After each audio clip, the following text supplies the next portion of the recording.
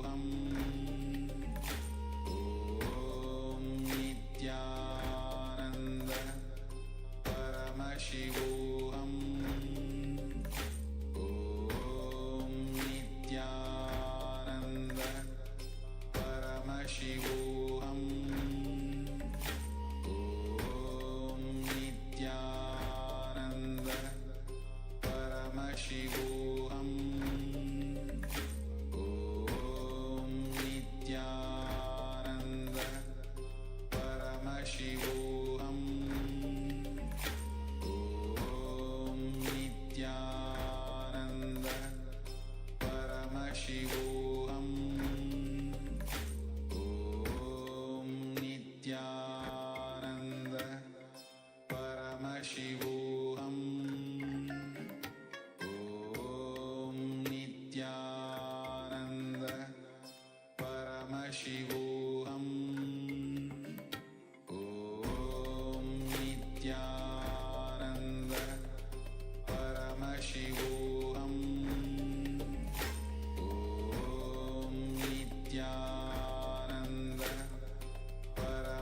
Nithyananda. We request every one of you to please be seated. We're going to be beginning in a few moments from now. Please sit straight with your head, neck and spine in a straight line.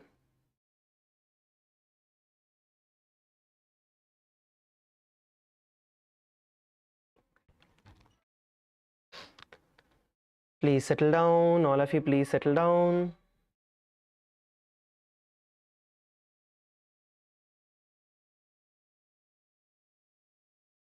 Kailasa, in Antigua and Barbuda, all of you in the Nithyananda Sabha, please be seated.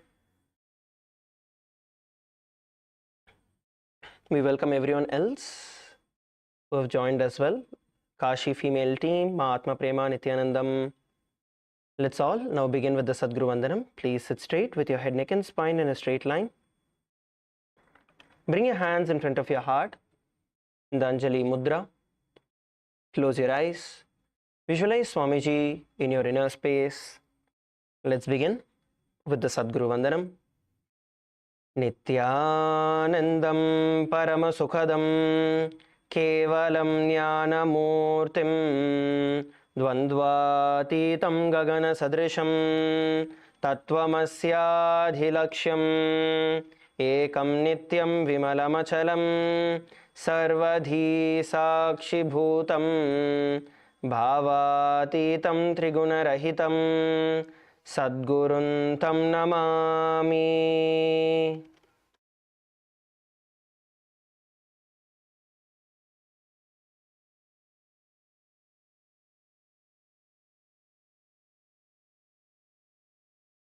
Please sit straight. Inhale and exhale deeply.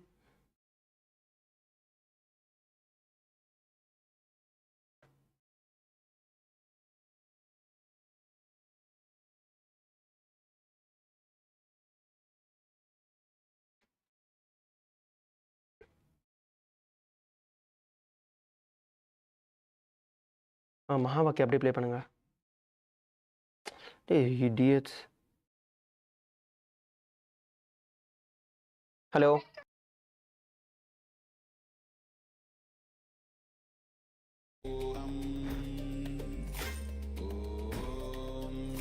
Nithyananda Paramashivoham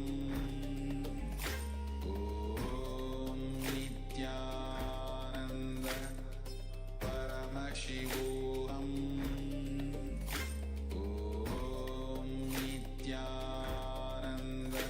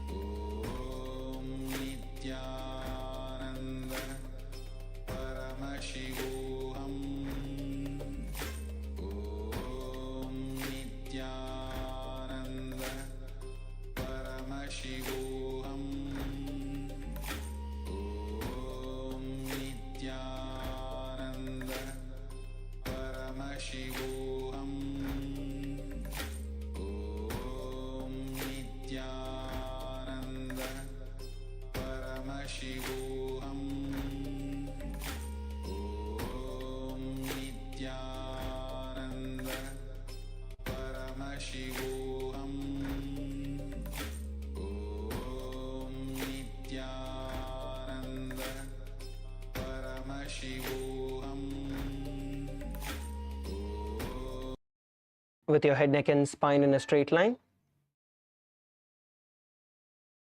If you're all able to hear us and see us clearly, can you all wave your hands, please?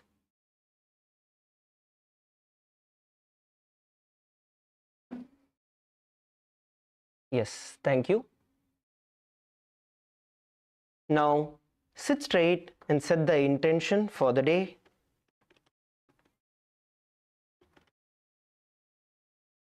Close your eyes.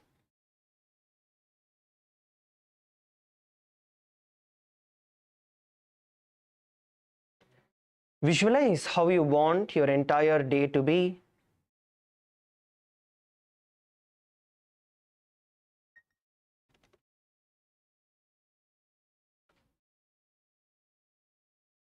See yourself powerful, alive, active,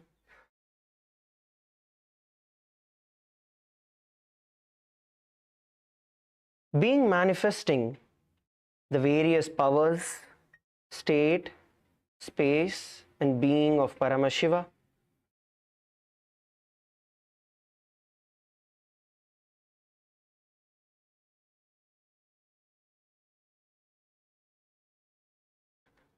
Visualize how your whole day is going to be today.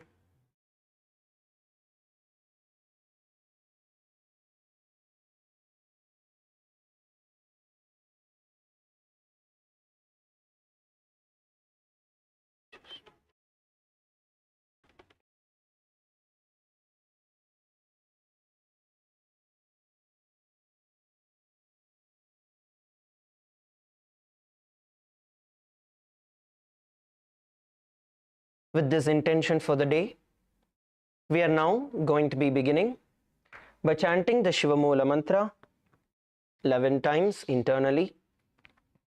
So we will be chanting the Shiva Moola mantra. All of you are only going to internally see the ajapa ajapa.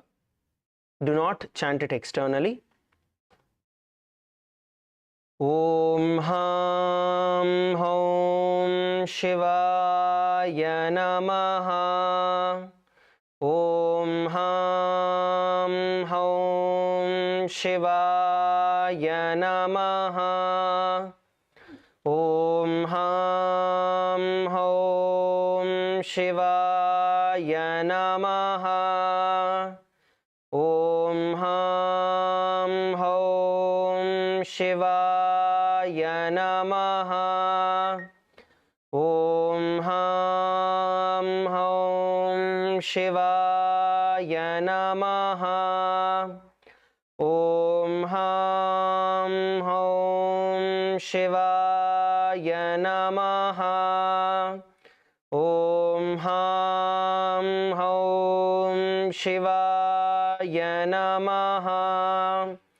Om Ham Hom Shivaya Namaha. Om Ham Hom Shivaya Namaha. Om Ham Hom Shivaya Namaha. Om Ham Hom Shivaya Namaha. Om Ham Hom Shivaya Namaha. Now, please take the Panchapatram and the Uddarni in your hands. Those of you who have the Panchapatram and Uddarni, please take the Panchapatram and Uddarni in your hands. We will be performing the Tattvachamanam, which is the ritualistic cleansing process.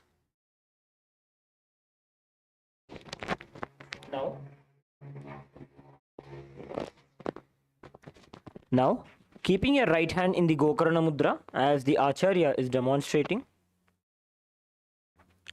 take an Uddarni of water into your right palm. Sip the water from the base of the right palm along with the mantra Om Atma Tattvam Shodhayami Swadha. Take another Udarni of water.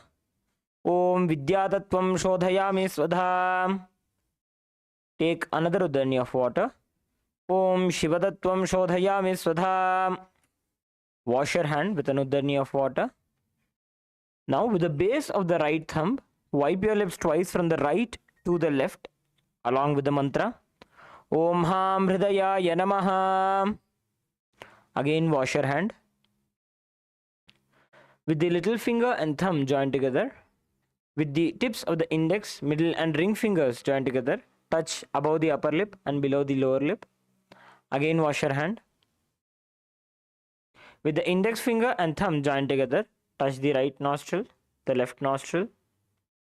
With the ring finger and the thumb joined together, touch the right eye, the left eye, the right ear, and then the left ear. Again wash your hand. With the little finger and thumb joined together, touch the navel center, the right chest, the left chest. With all 5 fingers joined together, touch above the head, the right shoulder, left shoulder, and then the heart center. Again wash your hand. Now, please place your Panchapatram and Udarni aside. We are now going to be entering into the Sankalpa, which is the conscious resolution. Now, please place your right hand on top of your left, clasp your right on top of the left, and place it on your right thigh. Please place it on the right thigh, not the left, the right side. Yes, right thigh. We are now going to be entering into the Sankalpa, which is the conscious resolution. When you have the conscious resolution in the morning, you will be able to decide how you want your life to manifest, and you can create the reality that you want just through the resolution that you create. So now, sit straight. We will now begin with the Sankalpa.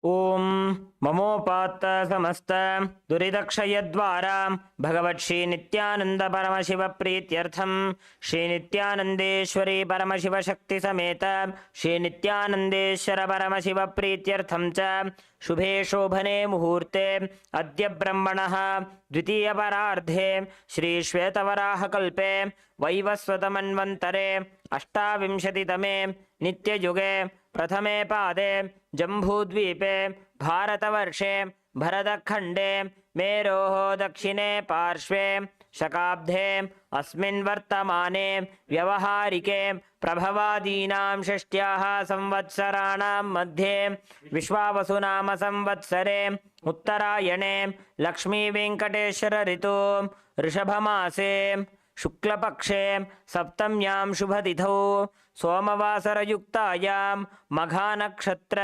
हर्षणयोग वनिजकरण एवं गुणविशेषणविशिष्टायाम् अस्यां शुभतिथौ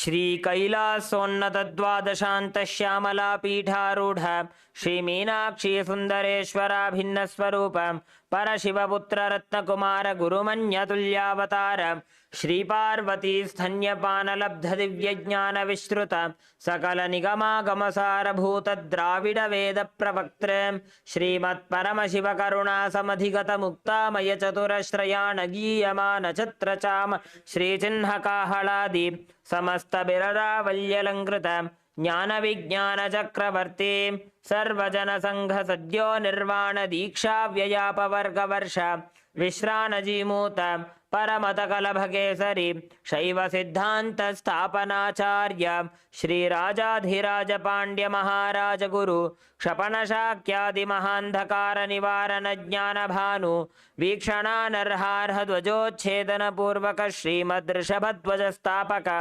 शैवसमयकर्तृ सर्वज्ञपीठारूढ श्रीजगद्गुरु श्रीज्ञानसम्बन्धदेशिकस्वामि वागीशसुन्दरमाणिक्यवाचकस्वामिनाम् अवतारभूत श्रीज्ञानसम्बन्धस्वामि पुनरुद्धृत श्यामलापीठ सर्वज्ञपीठ तृणवद्युत्तरद्विशततम गुरु महासन्निधान अरुणगिरि योगीश्वर परंपरागत अरुणाचल सर्वज्ञ पीठ गुरु महासन्निधान कैलास परंपरागत अंची कैलास सर्वज्ञ पीठ त्रयस्त्रिंशदुत्तर द्विशततम गुरु महासन्निधान नित्योत्सव नित्य मंगल नित्य कल्याण नित्य रचित कैलास परंपरागत आदि कैलास नित्यानंद पीठ संस्थान महासिंहासन पीठ कर्त्र साक्षात् श्री परमशिव समुद्भूत कैलास परंपरागत वैवस्वतमनु इक्ष्वाकु हरिश्चंद्र भगीरथ श्रीरामचंद्र शूरसेन इत्यादि अनवच्छिन्न सार्वभौम चक्रवर्ती परंपरागत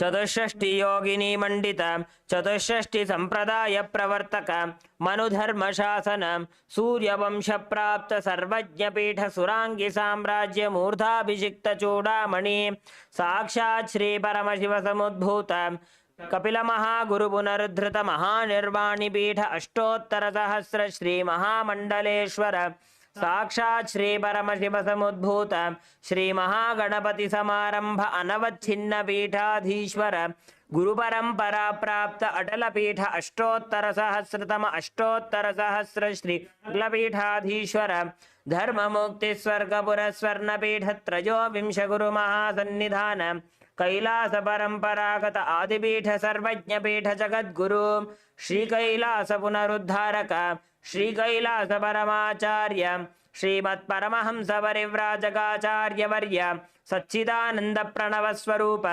श्रुत्य ब्रह्मनिष्ठ श्रीमज्जगद्गुरु श्रील श्री भगवत श्री नित्यानंद परमशिव श्री ज्ञान संबंध देशिक परमाचार्य स्वामिनां प्रीत्यर्थम तेषां पादारविन्दयोः भक्ति सिद्ध्यर्थम गुरुकृपा कटाक्ष सिद्ध्यर्थम क्षेम स्थैर्य वीर्य विजय आयुरारोग्य ऐश्वर्यानां अभिवृद्ध्यर्थम धर्मार्थ काम मोक्ष चतुर्विध बल पुरुषार्थ सिद्ध्यर्थम समस्त दुरितोपशान्त्यर्थम समस्त मंगल अवाप्त्यर्थम भगवत श्री नित्यानंद परमशिव प्रसादेन सकुटुम्बस्य ज्ञान वैराग्य जीवन मुक्ति प्राप्त्यर्थम पूर्ण आरोग्य युक्त दृढ़गात्र यौगिक शरीर सिद्ध्यर्थम परमशिव शक्ति आविष्करणार्थम नित्यानंद योगाभ्यासं करिष्ये. Please wash your hand with an uddarni of water. Om apa upasprishya.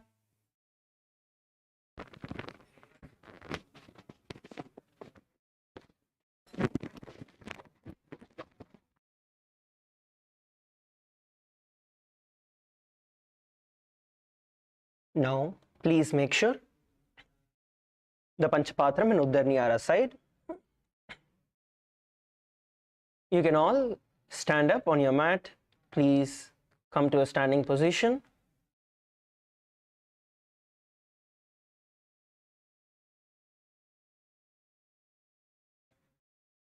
Please come to a standing position.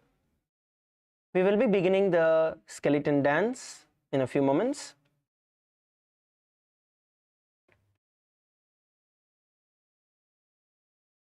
There is a tech issue in the venue in Antigua and Barbuda, which they are fixing. So we will give it a few moments. During this time, we are going to stretch ourselves out. So we can start with rotating our neck.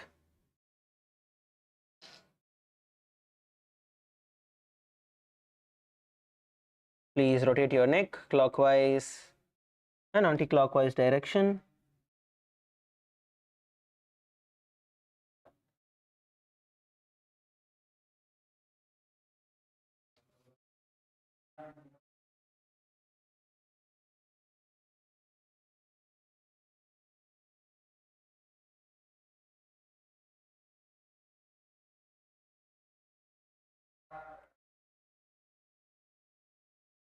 When you're rotating it, do it slowly, but make sure that you get a full stretch when you're doing it.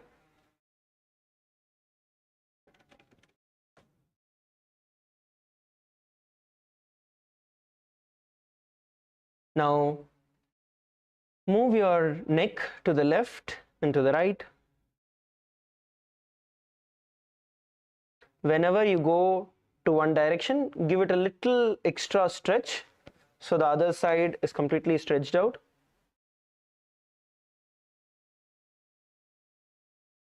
Now bend your head, neck forward and backward slowly. When you go down, you can use your hands to slightly push your neck to the down, and then slowly back on the top. Do it slowly.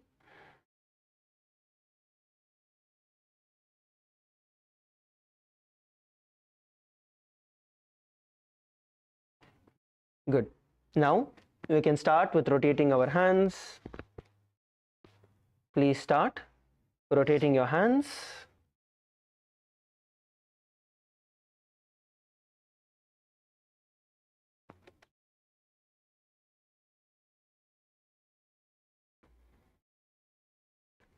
Rotate in the clockwise direction and then rotate in the anti-clockwise direction.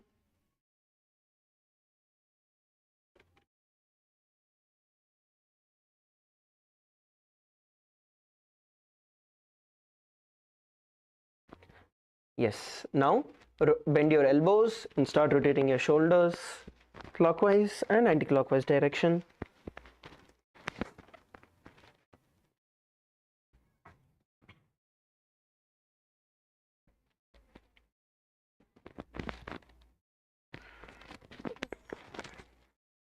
Good. Now let's rotate our wrist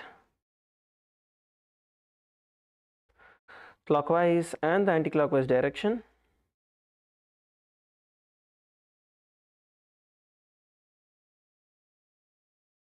Let's pull our wrist to the front and wrist to the back.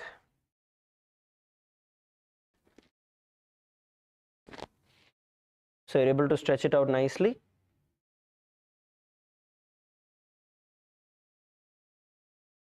And now with one of your hands, push your elbow to the other side. Do it on both the sides and stretch nicely.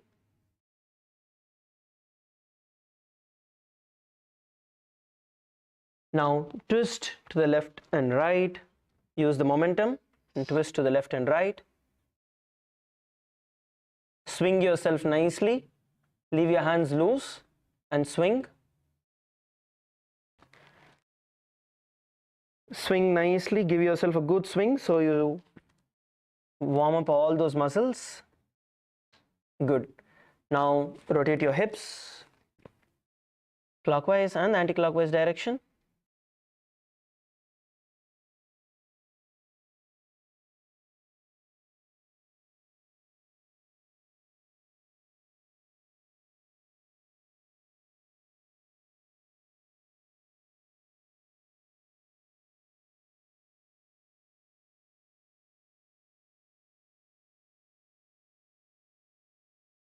Now start rotating your knees.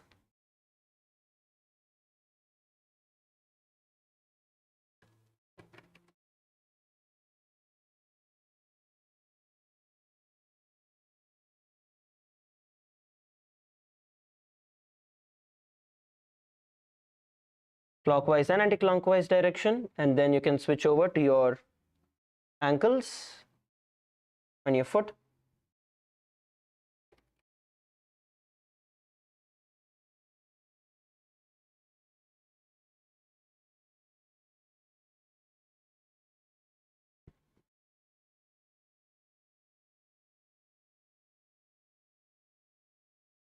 Switch the foot, do the other side.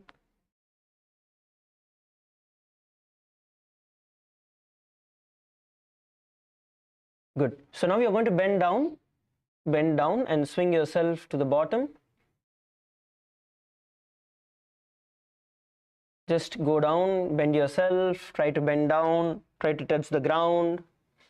Just use the gravity and push yourself to the bottom, swinging yourself to the bottom of the ground.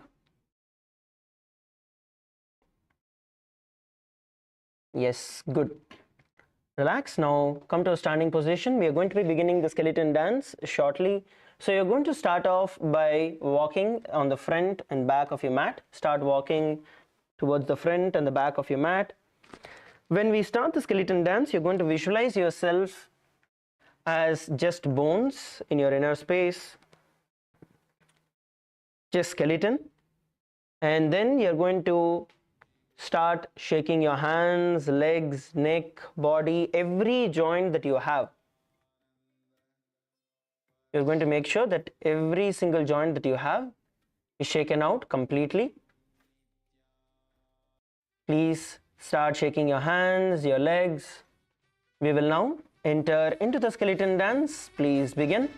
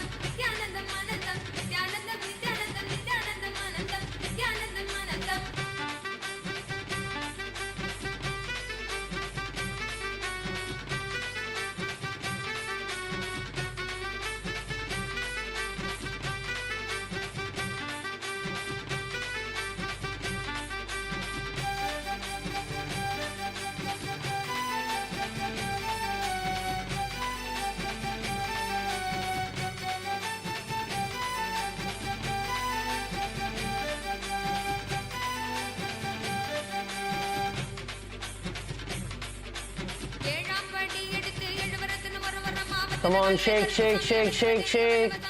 Shake your hands, shake your legs. Shake your hands, shake your legs, shake your neck, your hips, your knees, your wrist, your fingers. Every single part of your body, shake it out.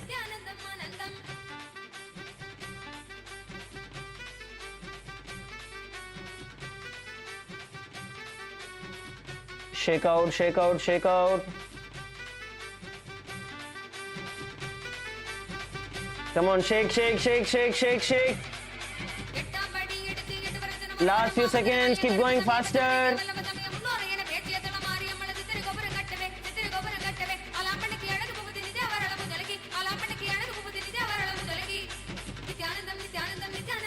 Come on, come on, come on, come on, shake, shake, shake, shake, shake. Last few seconds, keep going fast, fast, fast.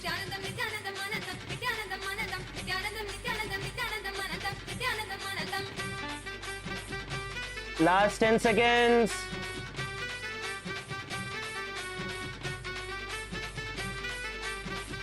And stop.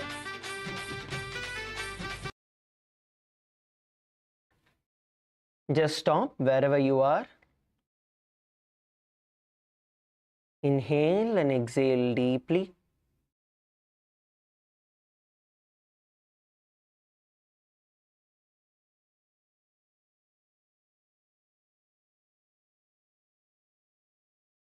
Inhale deeply.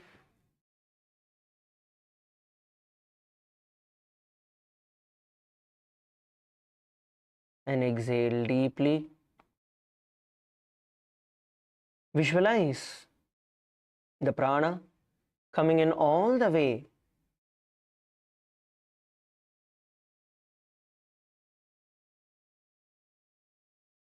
from your knees, inhaling all the way from your knees,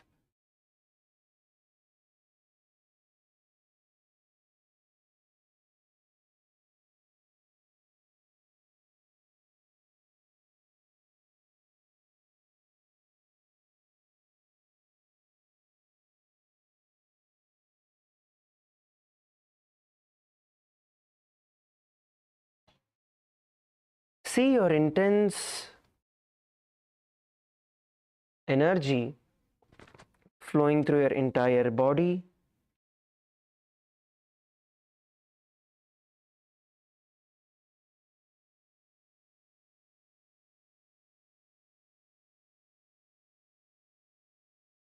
Your fingertips pulsating with energy.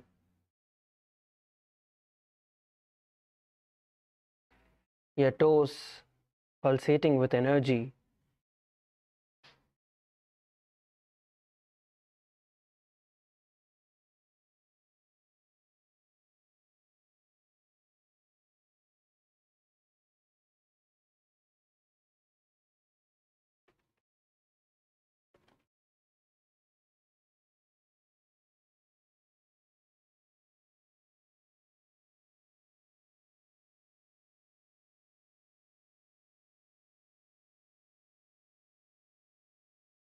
Breathe through your nose.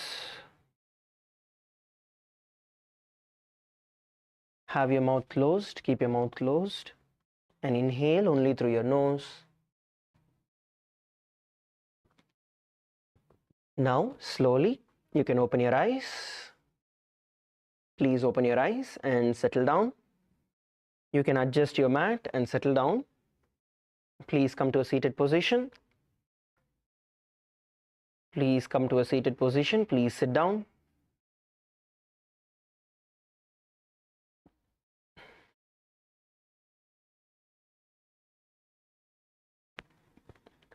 So from now, we are going to be entering into the Prathama Vinyasa Krama.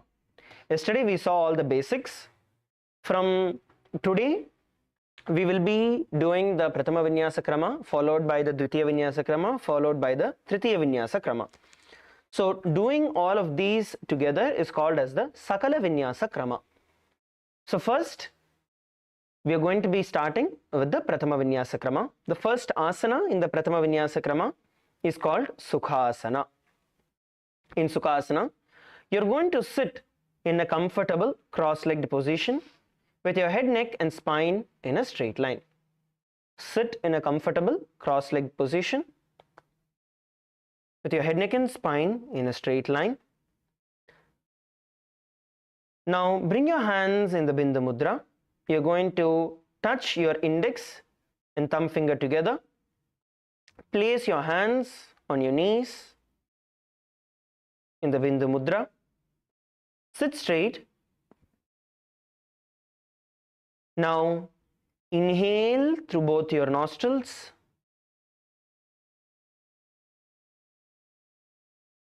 And visualize the prana that is entering into you, awakening the Jatharagni, the fire in your stomach, in the Samana Kumbhaka, and then slowly exhale all the way from your stomach. Continue to perform the Samana Kumbhaka, inhaling deeply, visualizing the prana shakti that is entering you, awakening the Jatharagni.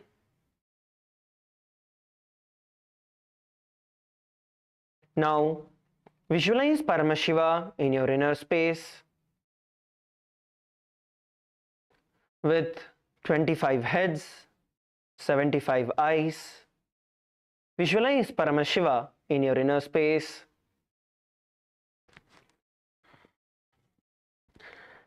You are now going to be performing the Mahamudra Bandha. So you are now first entering into the Moola Bandha. Tuck your perineum in by entering into the Mahamudra Bandha, the first Bandha, which is the Moola Bandha. Pull your perineum in. Now, once you inhale deeply, you're going to lock the breath inside you in the Jalandhara Bandha, which is bringing your chin to the chest. Lock the breath. Hold as long as possible. And then release the bandha, exhale the air forcefully, and pull your stomach in and up into the Uddiyana Bandha.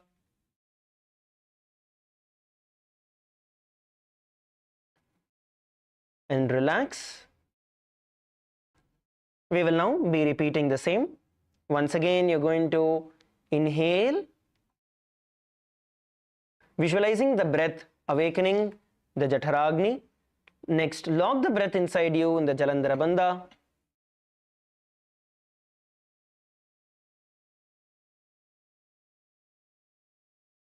And slowly release the bandha, forcefully exhale the air.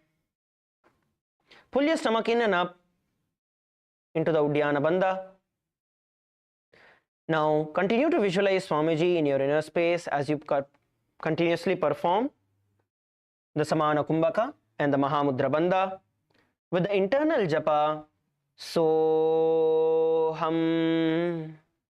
Tat sukhasanamityuktam ashaktastat samacharet asanam vijitam yena jitam tena jagatrayam. Relax. Next, we are going to be entering into Parvatasana. in Parvatasana, first you're going to bring your legs into the Padmasana position. So with your legs stretched out, please stretch your legs out in front of you.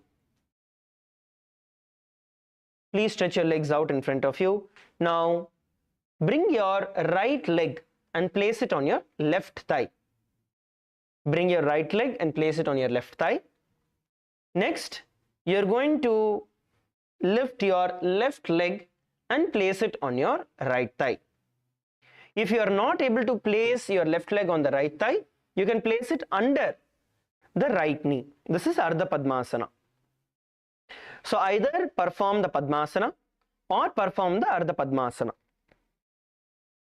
Now once you enter into Padmasana, you are now going to bring your palms together in front of your heart in the Anjali Mudra.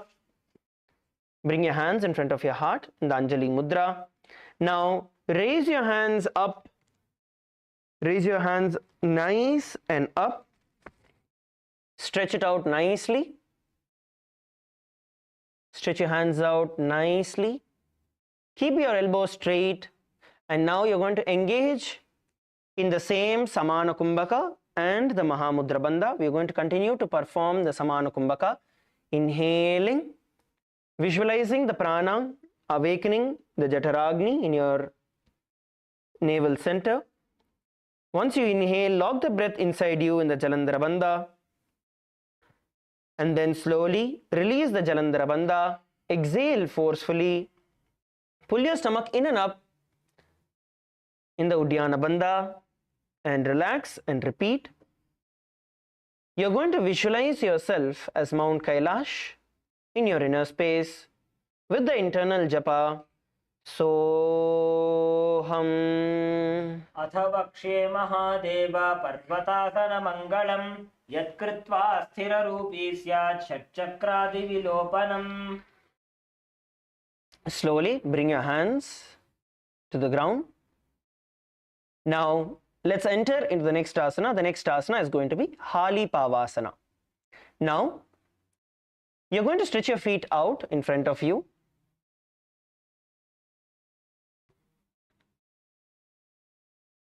Please stretch your feet out in front of you. Now have a slight bend in your knees. Bend your knees slightly, bringing the heels of your feet together. Bend your knees slightly, bringing your heels together.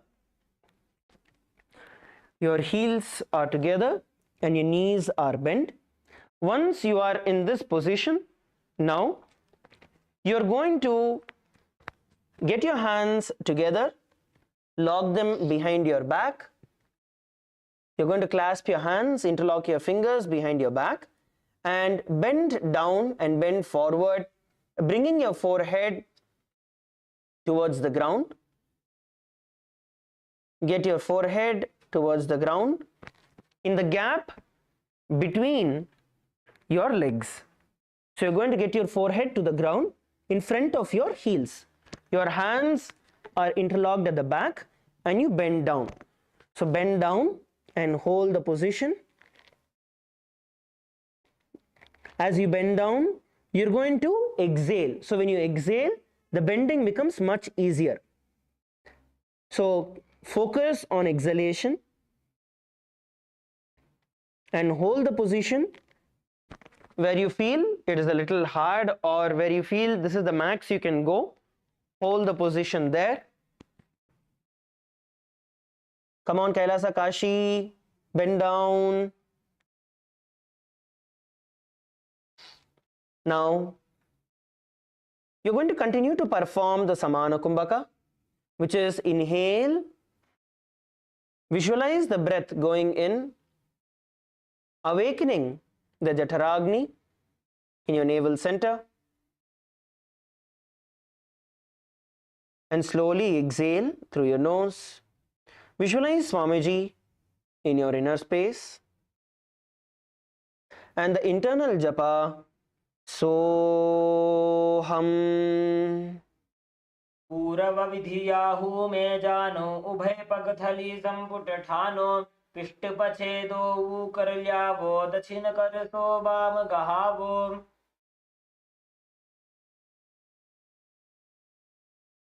slowly come back.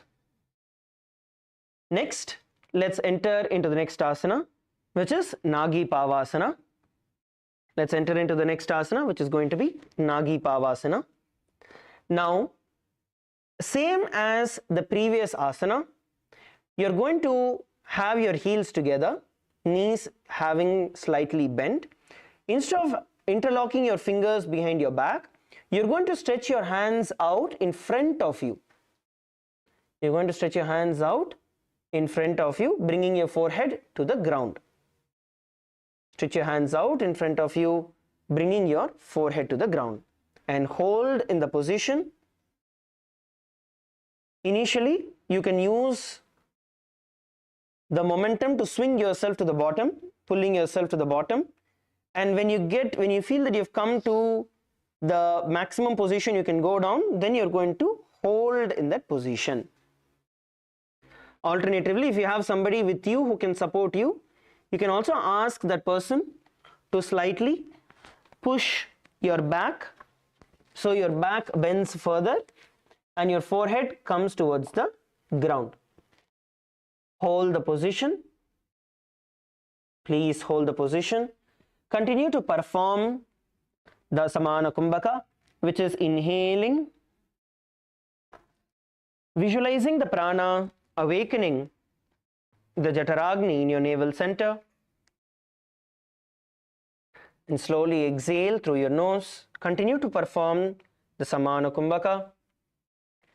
You're going to visualize yourself as a snake in your inner space, and the internal japa, Soham.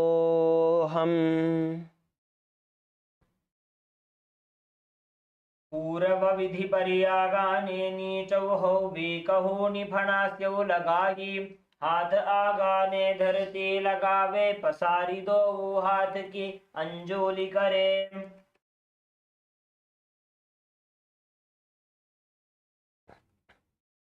Slowly come up. Okay, raise up. The next asana we are going to be performing is going to be KAILASA.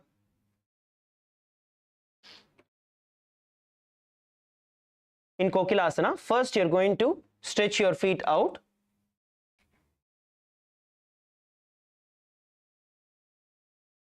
In front of you.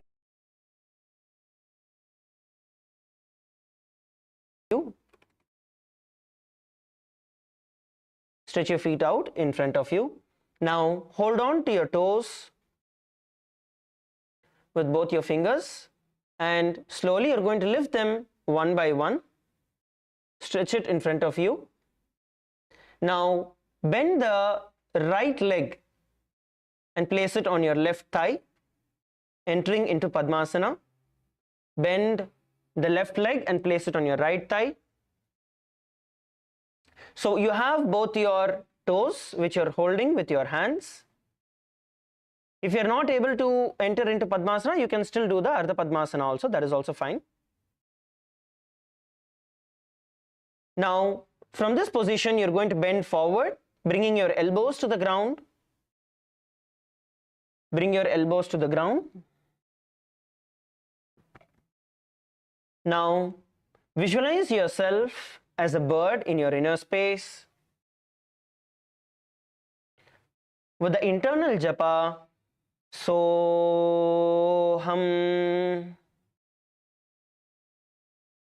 अथान्यदासनं वक्षे येन सिद्धो भवेन्नरः अकस्माद् वायुसञ्चारं कोकिलाख्यासनेन च.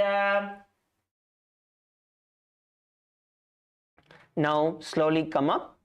Sit up in a position. Now place one leg towards the bottom. Bring your left leg under the right knee, sitting in Ardha Padmasana. Bring your left leg under the right knee in Ardha Padmasana. Now straighten out your hands in front of you. Stretch your hands out in front of you and hold on to your opposite elbows. You are now going to rotate your hands. Stretch each direction when you're going. Stretch it out fully, making full circles with your hand, performing the Nithyananda. Do it clockwise direction, and then you're going to do the same in the anti-clockwise direction as well. Continue to perform the Samana Kumbhaka, which is inhaling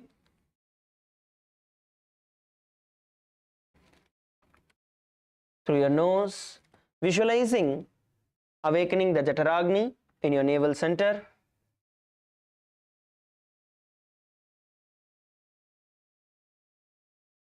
And repeat on the other side.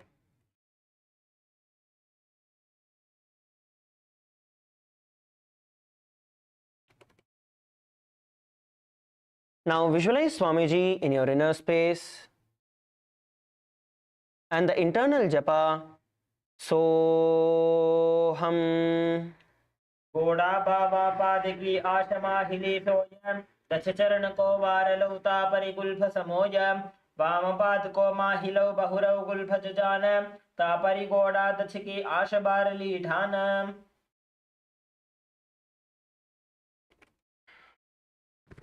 Relax. Let's now enter into the next asana. The next asana is going to be Gajasana. Now, come towards the back of your mat. Come on top of your knees. Place your hands in front of you. Place your hands in front of you. Sit on your knees. Now, from this position,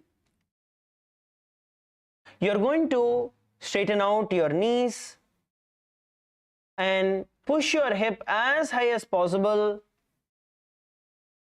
towards the sky. Try to keep your knees as straight as possible, but your focus is going to be on getting your heels towards the ground. Focus on getting your heels towards the ground. Bend forward, look backward, look in the gap between your feet. Now, from this position, you're going to go down and come up. You're going to go down and come up in a swinging motion. Please perform the Gajasana. While doing this, you're going to visualize yourself as an elephant in your inner space with the internal japa Soham. Nyubjam padagre bhumo kritva lambi bhuya mastagagre nidhaya nitambam urdhamunnamayya nabhilaksham bhumo nasika manija hastatala paryantam najet itham punah punah kuryat gajasanam bhavati. Relax. You can come to a standing position. Next, we are actually going to be entering into Rikshasana, which is going to be a continuation from the Gajasana. So you're going to stand for a few seconds, just shake your hands out, your legs out, relax it for a few moments.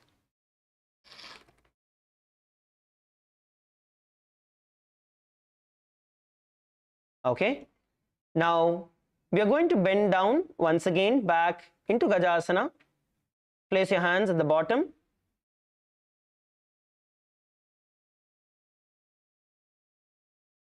Your feet firmly planted on the ground. Look into the gap between your feet. Look at the gap in between your feet. Now you're going to walk in the same position. So you're going to lift your one heel at a time and then repeat it on the other side. So you're going to walk in the same place.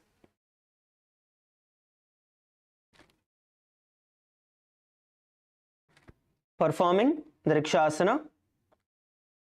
You're going to visualize yourself as a bear in your inner space with the internal japa Soham. Ekaikam padama kunja gajasanam kuryat Rikshāsanam bhavati. Relax. Now please come to a standing position. We are now going to be entering into Vaishyasana. The next asana we are going to be performing is going to be Vaishyasana. Now you're going to stand straight. Yesterday I had shown how to stand. So we're going to focus on standing straight. Make sure that your feet are firmly planted on the ground, and place your hands by the side of your hips. Make sure that your weight is evenly balanced.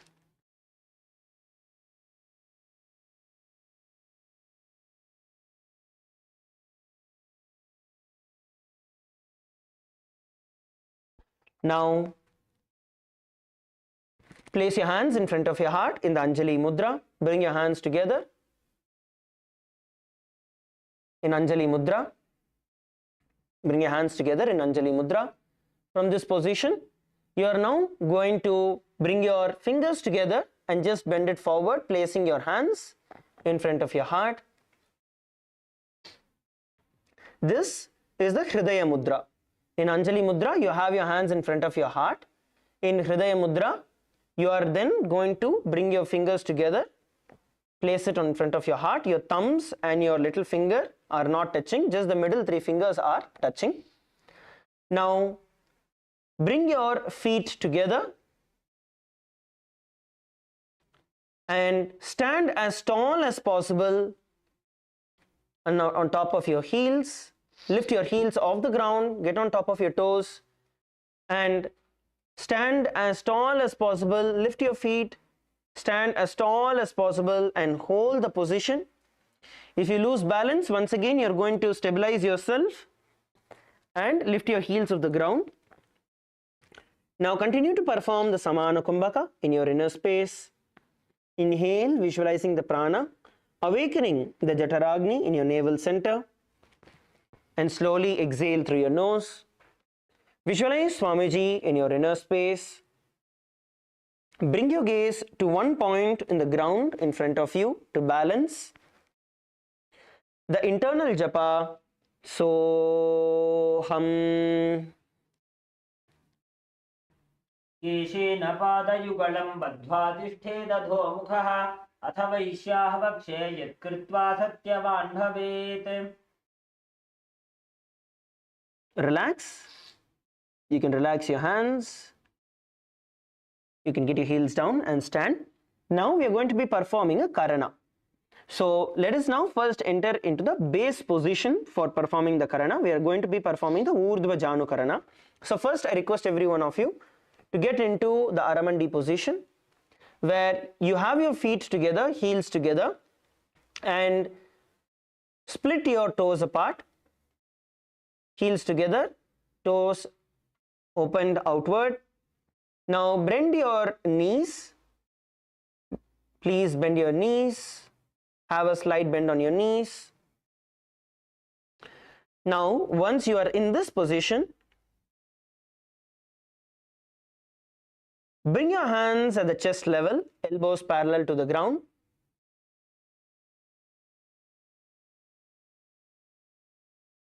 Bring your hands to the chest level with your hands parallel to the ground. From this position, you are now going to rotate one hand at a time. So you're going to lift the right hand and make a clockwise circle again along with the right leg, and repeat it on the other side. So left leg and the left hand go around, the right leg and the right hand go around.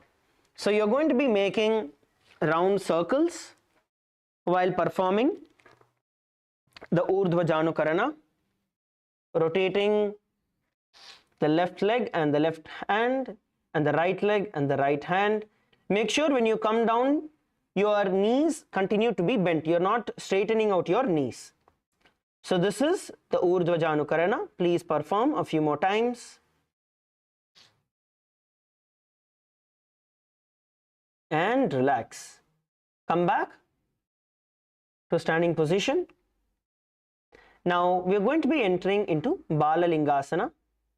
In Bala Lingasana, as you are in a standing position, we are going to be raising one leg at a time. So from a standing position, you are now going to shift your weight to the left side of your body. So you are going to lift your right leg up towards the sky. Okay, you're going to lift your right leg.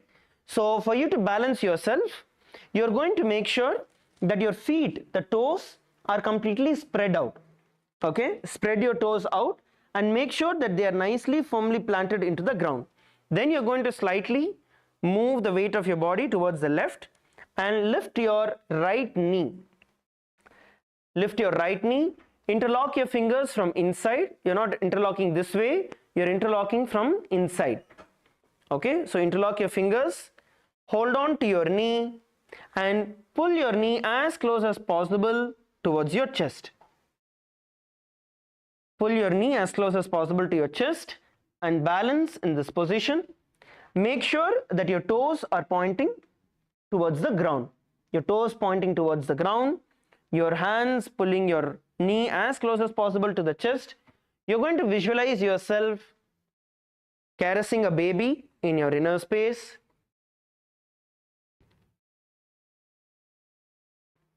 And the internal japa, Soham. Ekam janu urati alingya statavyam balalinganam bhavati.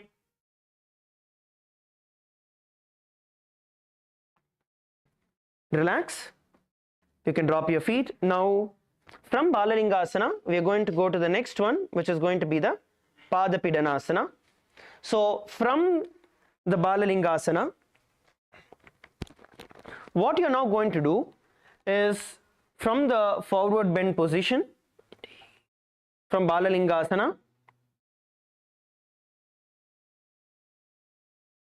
from this position, you are then going to bend your leg at the back and pull it into the Padapidanasana. Hold it with both your hands and pull your feet as close as possible towards your back and hold this position. This is the Padapidanasana. In this position, you're going to try and keep your knees as close as possible together, feet and toes pointing backward. Pull it nicely so you get a full stretch in Padapidanasana. Balance yourself in this position. Look at one point in front of you. Look at one point in front of you.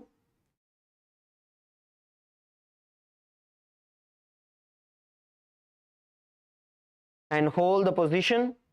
Visualize Swamiji in your inner space and the internal japa Soham. Hitvayikasmin padatale karabhyam veshtayetanum prishthe samsthapya yatnena padapidanamasana. And relax. The next asana we are going to be performing is going to be Natarajasana. So from Padapidanasana, where you hold your leg at the back, you are now going to stretch the opposite hand in front of you. So in Padapidanasana, we held our foot with both the hands, right?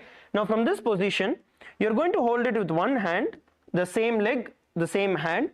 You're going to stretch the other hand in front of you and then slowly bend down, looking at one point in front of you, bend down and stretching this leg up. Stretch this leg up and hold the position in Natarajasana. So this is the Natarajasana from Padapidanasana that we are performing. Relax, let's do this together. All of you please come into the Padapidanasana position. Please stand with one leg bent. Hold on to your foot. From this position, firmly plant your foot onto the ground. Look at one point in front of you. Stretch your hand, the opposite hand in front of you, in the Bindu Mudra, index and thumb together, and bend forward and down, lifting the other leg as high as possible and bend down, knee straight. Visualize Lord Nataraja in your inner space and the internal japa Soham. Uttanapadam krauncham cha maricim veerabhadrakam natarajam trikonam cha suktangushta prasarane. And relax. We are now going to be performing the same set of asanas on the other side. So we are going to start with performing the Balalingasana on the other leg. So if you did it with your right leg, we are going to do the left leg now. So now lift your left leg up towards the sky. Interlace your fingers internally from inside. Hold on to your knee and pull your knee as close as possible towards the chest.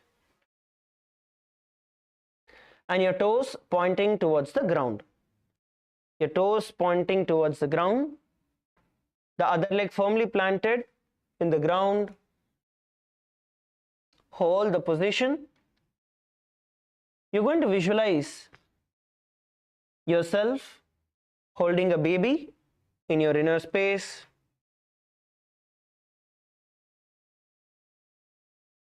With the internal japa, Soham.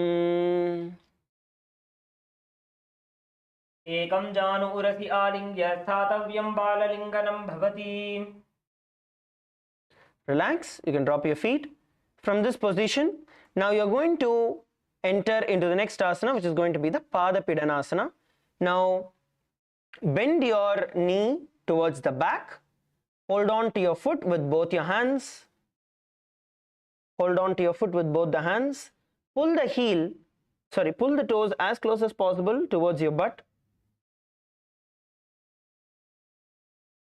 Bring your knees together. Look straight. Now continue to visualize Swamiji in your inner space and the internal japa Soham.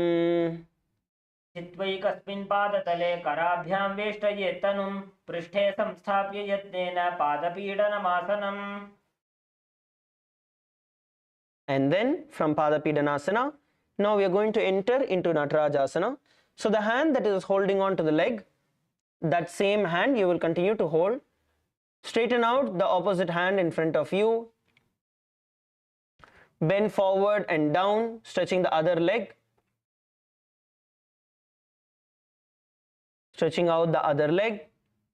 You're going to visualize yourself as Lord Nataraja in this position. Drop, all of you can drop. We'll do this together. Come on, see, all of you, for you to get the balance, you need to look at one point in front of you. Otherwise, you're not going to balance yourself. You can also take the support of a wall. If you have a wall, you can take the support of the wall in front of you by placing your forward reaching hand in front of the wall, taking the support of the wall. But for you to get the balance, you need to focus on one point. If you keep looking around this side and that side, speaking, talking, that is not going to assist you. So what you're going to do is you're going to stretch your hand out, looking at one point in front of you. Okay, so let's once again perform the Natarajasana together. Please bend the left leg towards the back into Pada Pidanasana. Hold on to your left leg with your left hand. With your right hand in front of you, place your right hand in the Bindu Mudra, index and thumb together, and the other three stretched out in front of you. Now bend forward and down, simultaneously lifting the left leg as high as possible towards the sky. Visualize yourself as Lord Nataraja in your inner space and the internal japa Soham.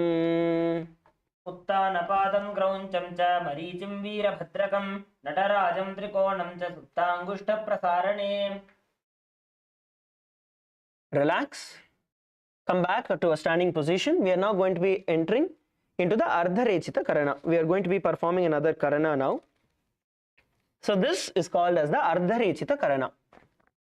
Now in Ardharechita Karana, first and foremost, you are going to be standing in the Aramandi position, heels together, toes pointing outward. Bring your heels together, your toes pointing outward. Bend your knees slightly. Have a slight bend in your knees. Now, from this position, keep your left hand at the chest level. Keep your left hand at the chest level. Extend the opposite arm in front of you, moving it forward and backward like a pendulum. While you do this, you are now going to bend the leg which is stretched out, in this case your right leg.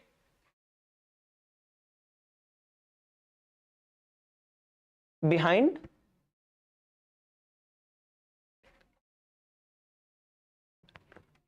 And continue to do the karana.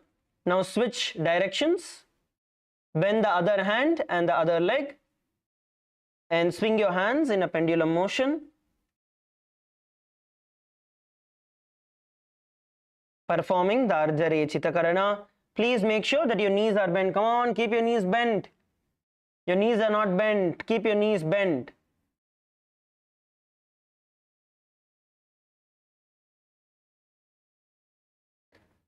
Now relax. We are now going to be performing the next Karana, which is the Kati Chinna Karana. In Kati Chinna Karana, once again you are going to continue to stand in the Aramandi position, heels together, toes pointing outward.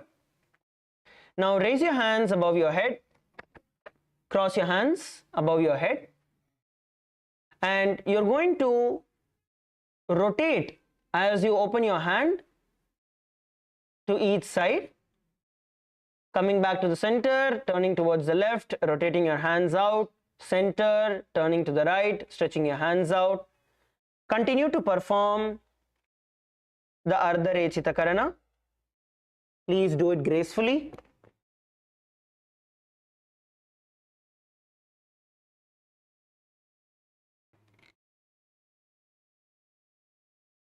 Please continue to perform the Ardha Rechita Karana.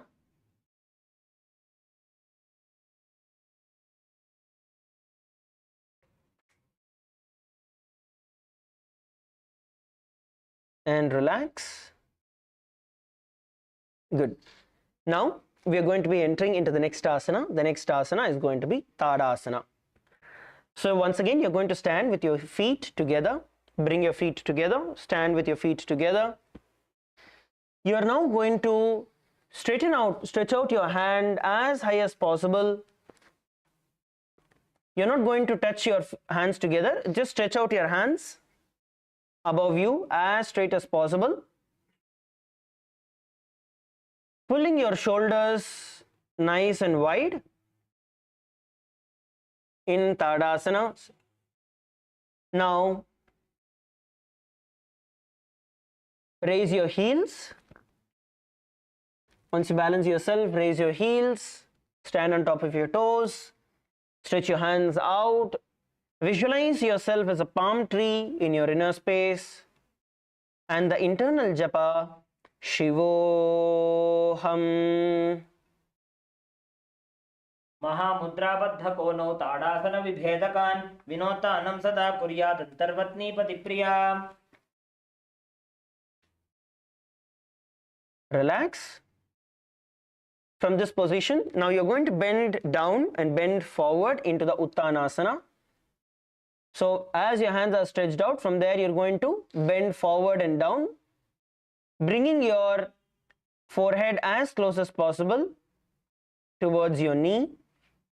Now we're going to try and focus on our bending. So there are two kinds of bending. One where you bend from your hip, and the other where you bend from your back. So what you need to do here is you're going to focus and bend from your hip, which means as you are in a standing position, you are going to be bending down from your hip. So your back is continuing to be straight, and then you bend down all the way from your hip and then bend forward and down. Your back is straight. So when you do this, you are able to bend a lot further and a lot more in comparison. Come up. When you bend from your back, when your back is arched and you bend, you will actually not be able to bend so much because your back is arching. But the moment you straighten out your back and then bend from your hip, you will see that you are able to reach out much more towards the ground. So we are going to be performing the Uttanasana. Back straight, bend down, try to get your hands as close as possible towards the ground. If you're able to get your hands to the ground, try to hold on to your feet and pull your forehead towards your knees. Pull your forehead towards the ground, towards your legs. Now hold the position at the bottom. You're going to visualize yourself as Swamiji in your inner space, and the internal japa Shivoham. महामुद्राबद्ध कोनो ताड़ासन विभेदकान् विनोतानं सदा कुर्यात् अंतर्वत्नीपति प्रिया. Slowly come back to a standing position. Please come back to a standing position. Now from Uttanasana, we are going to be bending down and jumping our feet back into Tarakshvasana. So from Uttanasana, you're going to jump your feet back into Tarakshvasana. Let's do this together. Come back to the previous position. From a standing position, bend down. Get your knees bent. You can bend your knees also. Place your hands in front of the ground. Now jump back. Jump back into Tarakshvasana. If you are not able to jump, you can also walk your feet back. You can also walk your feet back into Tarakshvasana. Make sure that your body is straight, which means your butt is neither all the way up, you are not in Gajasana like this, nor are you all the way at the bottom where your butt is going down. What you're doing is you're going to get yourself to a middle position. You're going to be performing the Mula Bandha, which is going to engage your core muscles, your stomach muscles. Look at the ground in front of you. You're not looking forward. Look at the ground in front of you. Hands shoulder width apart. Now rotate your neck from the left to right. Rotate your neck to the left and right. Rotate left and right. You're going to visualize Swamiji in your inner space and the internal japa Shivoham. गजासनवस्थित्वा मस्तकं वारं वारं दक्षिणकुक्षिं सव्यकुक्षिं नयेत् तरक्श्वासनं भवति. Slowly relax. Now you can come down onto your knees. From this position, we are next going to be entering into Bhujangasana. So lie down on your stomach. Now lie down on your stomach. Please lie down on your stomach. Your toes pointing outward. Okay, your toes are pointing outward. Make sure your toes are pointing outward. And then your hands by the side of your shoulders. Hands by the side of your shoulders. Now you're going to lift your upper body off the ground.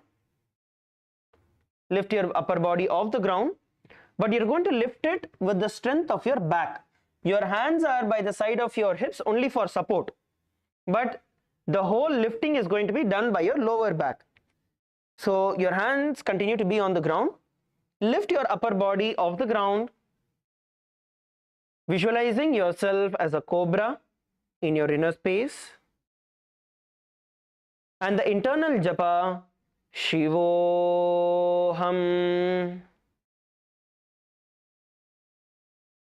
अंगुष्ठनाभिपर्यन्तम् अधोभूमौ विनिन्यसेत् कराभ्यां च धरान् धृत्वा ऊर्ध्वशीर्षफणीवहि देहाग्निर्वर्धते नित्यं सर्वरोगविनाशनं जागर्ति भुजगी देवी भुजंगासन साधनात्. And then relax. The next asana we are going to be performing is going to be Shashasana. In Shashasana, you are going to come back to the Tarakshvasana position.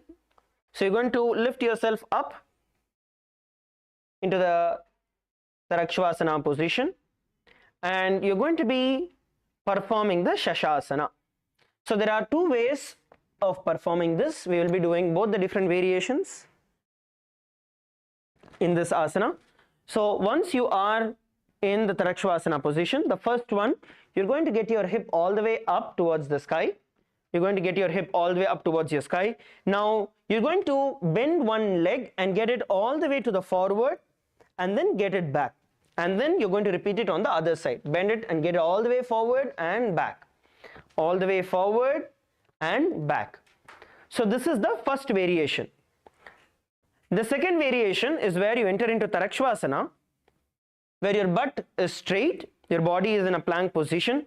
From here, having your upper body still, you're only going to get your knee towards your chest and take it back, and the other leg towards the knee and take it back. So these are the two different variations that we are going to be doing. First, let's do the Gajasana variation. Bring your hip up.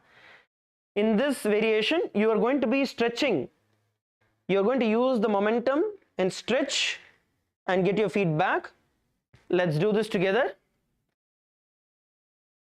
Go down and back and down and back, down and back and down and back. Let's do this faster. Let's go faster. Stretching yourself. When you get your feet forward, you're going to exhale. And when you go back, you're going to inhale. Now, we'll do the second variation into Sashasana. Once again, you're going to enter yourself into Tarakshvasana position. Now, you're only going to get your knees towards your chest and back. We will do this slowly. We'll start this off slowly, and then we're going to do this faster as well. Okay, you can shake out your hands. Shake your hands out. Get on top of your knees. Shake your hands out in front of you. Place your hands on the ground. Let's get ready. Place your hands on the ground, knees off the ground. Now, get your knee towards the chest and take it back. Start doing it. Slowly increase the speed of you doing it. And then you're going to enter into a running position. Start running in the same position. Visualize Swamiji in your inner space and the internal japa Shivoham.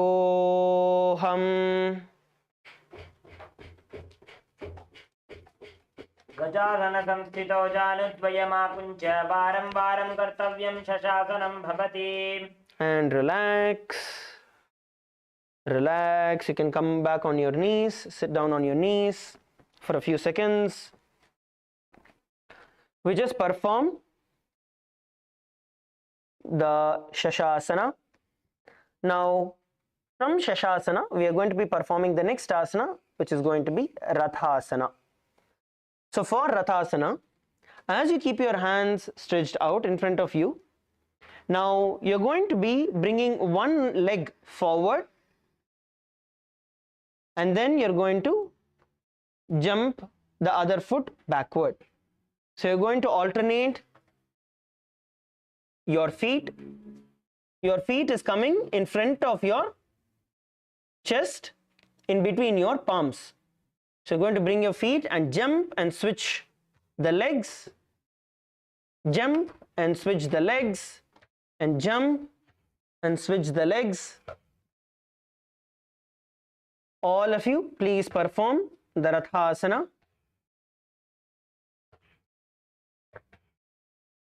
Please perform the Rathasana.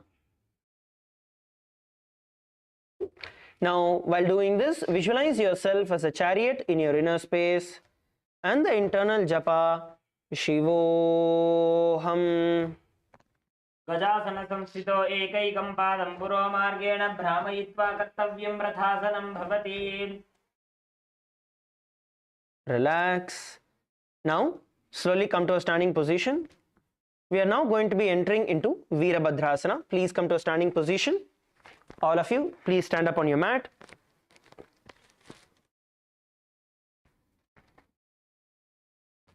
Now, from this position, you are going to stretch your right leg out.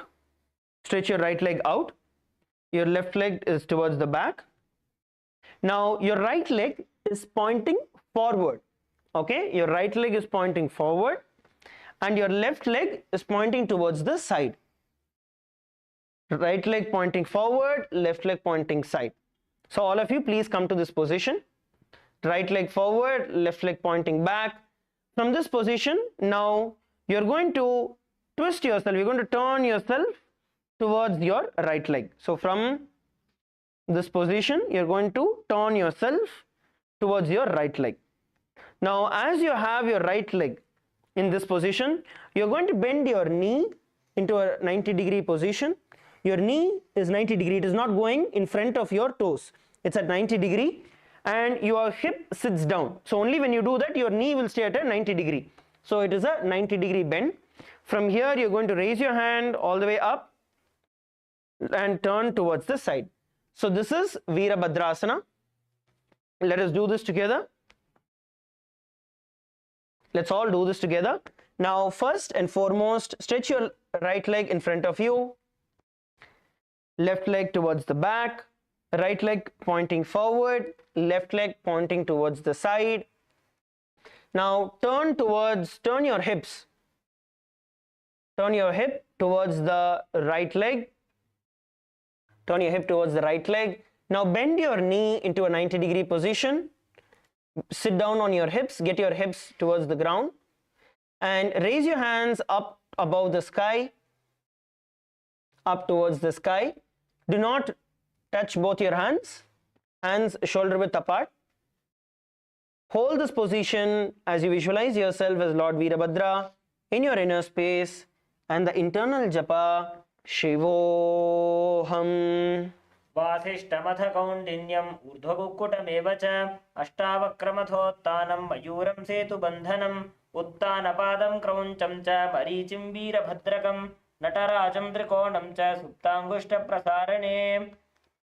And relax. We are now going to be performing the Virabhadrasana on the other side. So come back to a standing position. Now this time you're going to be stretching out the left leg pointing forward.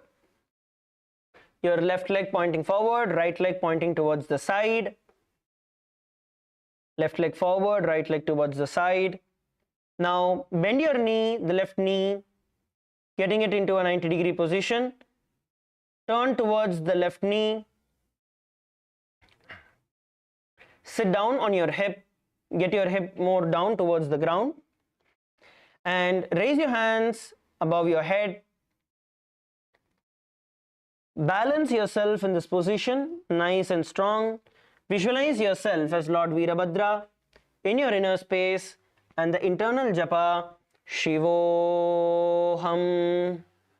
वासिष्ठमथ कौण्डिन्यम् ऊर्ध्वकुक्कुटमेव च अष्टावक्रमथोत्तानं मयूरं सेतुबन्धनम् उत्तानपादं क्रौञ्चं च मरीचिं वीरभद्रकं नटराजं त्रिकोणं च सुप्ताङ्गुष्ठप्रसारणे. Relax. Come back to a standing position. Your feet together. Feet together. We are now going to be performing Vrikshasana. So you're going to shift the weight of your body towards the left. Bend your right knee and bring your right heel closer to your left perineum. So get it as close as possible. Now balance yourself in this position. Stably balance yourself in this position. Do not move around. Do not shake.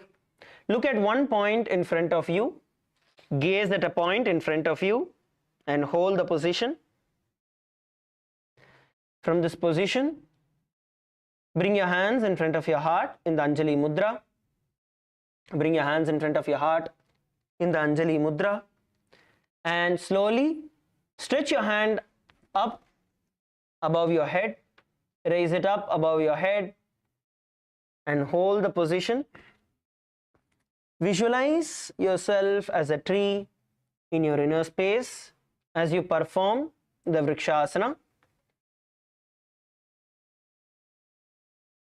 And the internal japa Shivoham. वामोरुमूलदेशे च याम्यं पादं निधायतो तिष्ठेत्तु वृक्षवद्भूमौ वृक्षासनमिदं विदुः. Now slowly bring your hands towards the side of your hips. Now take the right leg and place it on top of your right thigh. You're going to place it on top of your right thigh. Have a slight bend in your left knee. Sorry, take your right leg and place it on your left thigh. And slightly bend your left knee. Have a slight bend on your left knee. Bring your hands in front of your heart in the Anjali Mudra and hold this position. This is Garudasana. Have a slight bend in your left knee in Garudasana. Hold the position.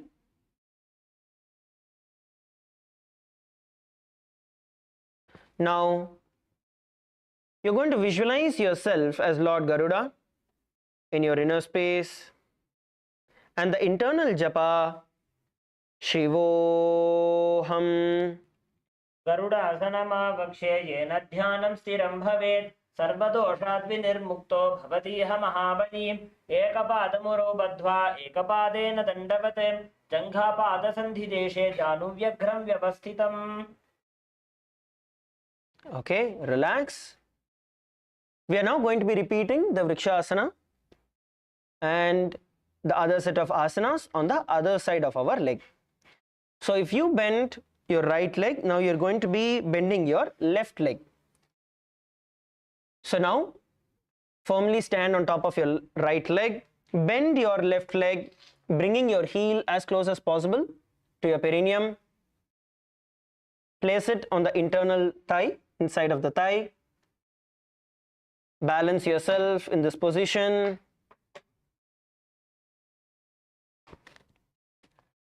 Balance yourself in this position. Once you are able to balance, you gaze at one point in front of you, and then bring your hands in front of your heart in the Anjali Mudra. Bring your hands in front of your heart in the Anjali Mudra. Gaze at one point in front of you. Now slowly stretch your hands up above your head. Palms together. Stretch your hands up above your head. Visualize yourself as a tree in your inner space, and the internal japa Shivoham.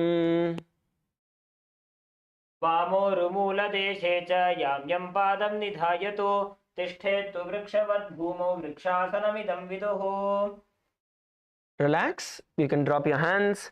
Now take the left leg and place it on your right thigh. Place the left leg on your right thigh.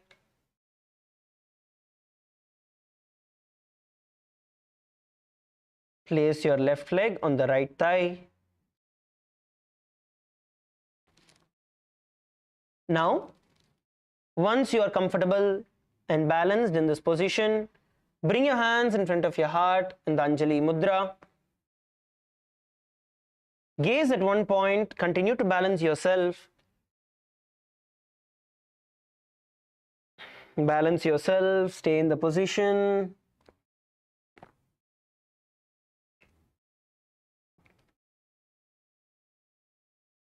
Now visualize yourself as Lord Garuda in your inner space, and the internal japa Shivoham.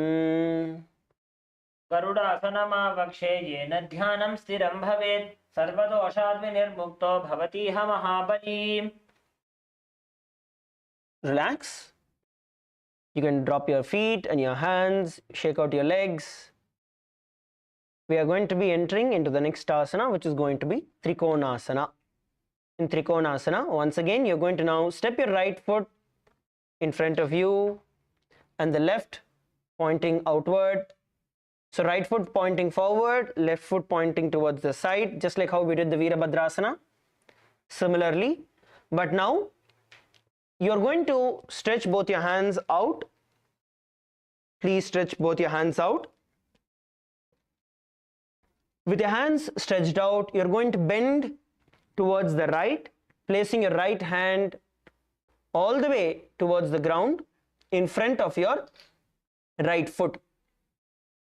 Bring your right hand in front of your right foot, left hand up towards the sky, and look up towards the sky.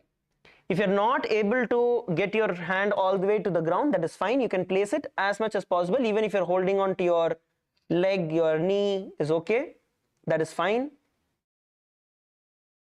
Lift the left hand towards the sky, forming a triangle. You're going to visualize yourself as a triangle in your inner space in the Trikonasana. and the internal japa Shivoham. उत्तानपादं क्रौञ्चं च मरीचिं वीरभद्रकं नटराजं त्रिकोणं च सुप्ताङ्गुष्ठप्रसारणे. Relax, come back to a standing position. Now you're going to switch the direction of your feet. Now your left foot is going to be pointing forward, right foot pointing towards the side. Left foot forward, right leg towards the side, right leg pointing towards the side. Now once again, stretch out your hands, raise your hands in front of you towards the side. Now bend towards the left, bringing your left hand in front of your left foot. Straighten out your right hand up towards the sky and look at the sky. Turn and look towards the sky. Balance yourself in this position. As you continue to visualize yourself as a triangle in your inner space and the internal japa Shivoham. उत्तानपादं क्रौञ्चं च मरीचिं वीरभद्रकं नटराजं त्रिकोणं च सुप्ताङ्गुष्ठप्रसारणे. Relax. Come back to a standing position. We are now going to be performing another karana. It is going to be the Nikutaka karana. In Nikutaka karana, once again, first you are going to come into the Aramandi position. So heels together, toes pointing outward. Come into an Aramandi position. Heels together, toes pointing outward. Heels together, toes pointing outward. Now bring your hands in front of your heart. Bring your hands in front of your heart. Your right hand on top and the left at the bottom. Now, as you switch the direction of your hands, you're going to stomp your feet towards the ground. So you're going to do this simultaneously. Stomping the ground with your hand. As your hand moves up and down and your feet stomping the ground in the Nikutaka karana.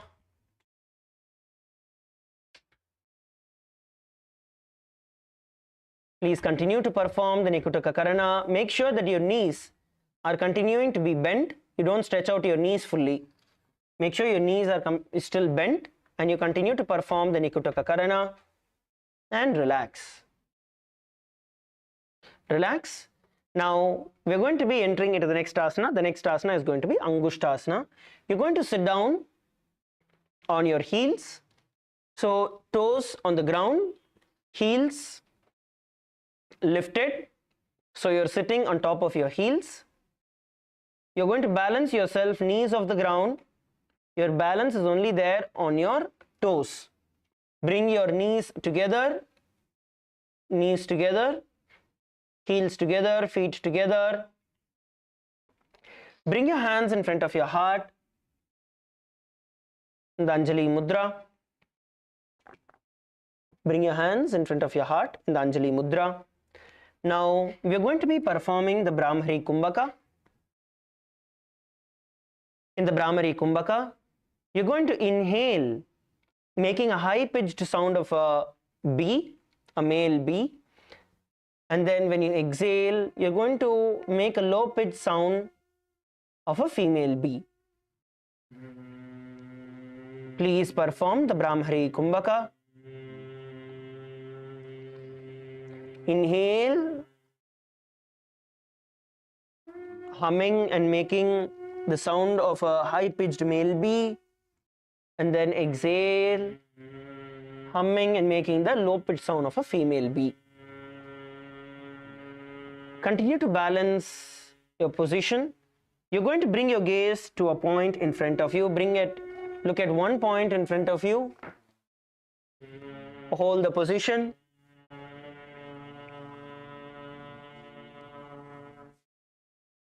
Visualize Swamiji in your inner space. And the internal japa Sada Shivoham. स्वबन्धासनमित्याहुः गोरक्षासनमेव च अङ्गुष्ठमुष्टिकं ज्ञेयं ब्रह्मप्रासादितं तथा. Relax.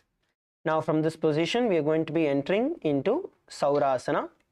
In Saurasana, as you are continuing to be seated on your heels, you are now going to stretch your right leg in front of you. Stretch your right leg in front of you.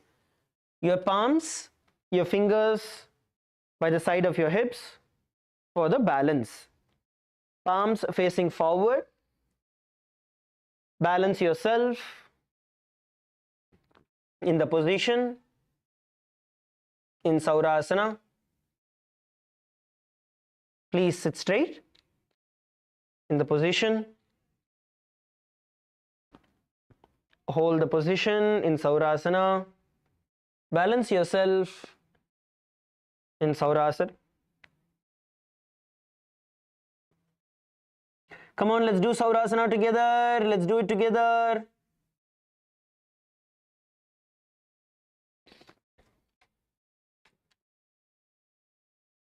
Please perform the Saurasana together. Now visualize Swamiji in your inner space and the internal japa Sadashivoham. प्रसार्यैकं पादतलं संस्थाप्यत्वेकपादकं करत्वैकं पादतलं धृत्वा साम्नैव धारयेत्. And relax. Please relax. You can stretch out your feet in front of you. Now, from the Saurasana, we are going to be entering into Vidhunanasana. So, with the same right leg stretched out in front of you, come back to a seated position in the previous asana, in Saurasana. With the right leg stretched out, you are seated on the left leg. You are now going to bend forward and down. Hold on to your right foot with your right hand and hold on to your left foot with your left hand and balance. If this is difficult, you can place your left knee on the ground. Place your left knee on the ground. Hold on to your right leg and pull yourself towards the ground as much as possible. You're going to visualize Swamiji in your inner space and the internal japa Sadashivoham. कुल्फस्थितो पादमेकं प्रसाद्य तत्पादाग्रं संस्पृश्य तत्करेण कुल्फं चान्यं धारयेत् तत्करेण धूनं पीठं चाभ्यसेच्चोभयत्र. Relax. Relax. Stretch your feet out in front of you. Rotate your ankles. Rotate your ankles. Stretch your feet out in front of you. Rotate your ankles. Just shake it out. Now, let's perform the same on the other side. So now you're going to bend your right leg and stretch your left leg out in front of you. We're going to repeat Saurasana on the other side. Stretch your left leg out in front of you. Sit on top of your right leg. Place your hands by the side of your hips in the Varamudra, palms facing forward. Fingertips on the ground, palms facing forward. Use that to balance yourself. Look at one point in front of you. Continue to perform the Brahmari Kumbhaka while inhaling, making the sound of a high-pitched female B, male B, and then while exhaling, making a low-pitched sound of a male B. Now, visualize Swamiji in your inner space and the internal japa Sadashivoham. प्रसार्यैकं पादतलं संस्थाप्यत्वेकपादकं करत्वैकं पादतलं धृत्वा साम्नैव धारयेत्. Relax. Relax. You can sit down for a few seconds and then we'll be entering into the next, which is going to be the Vidhunanasana.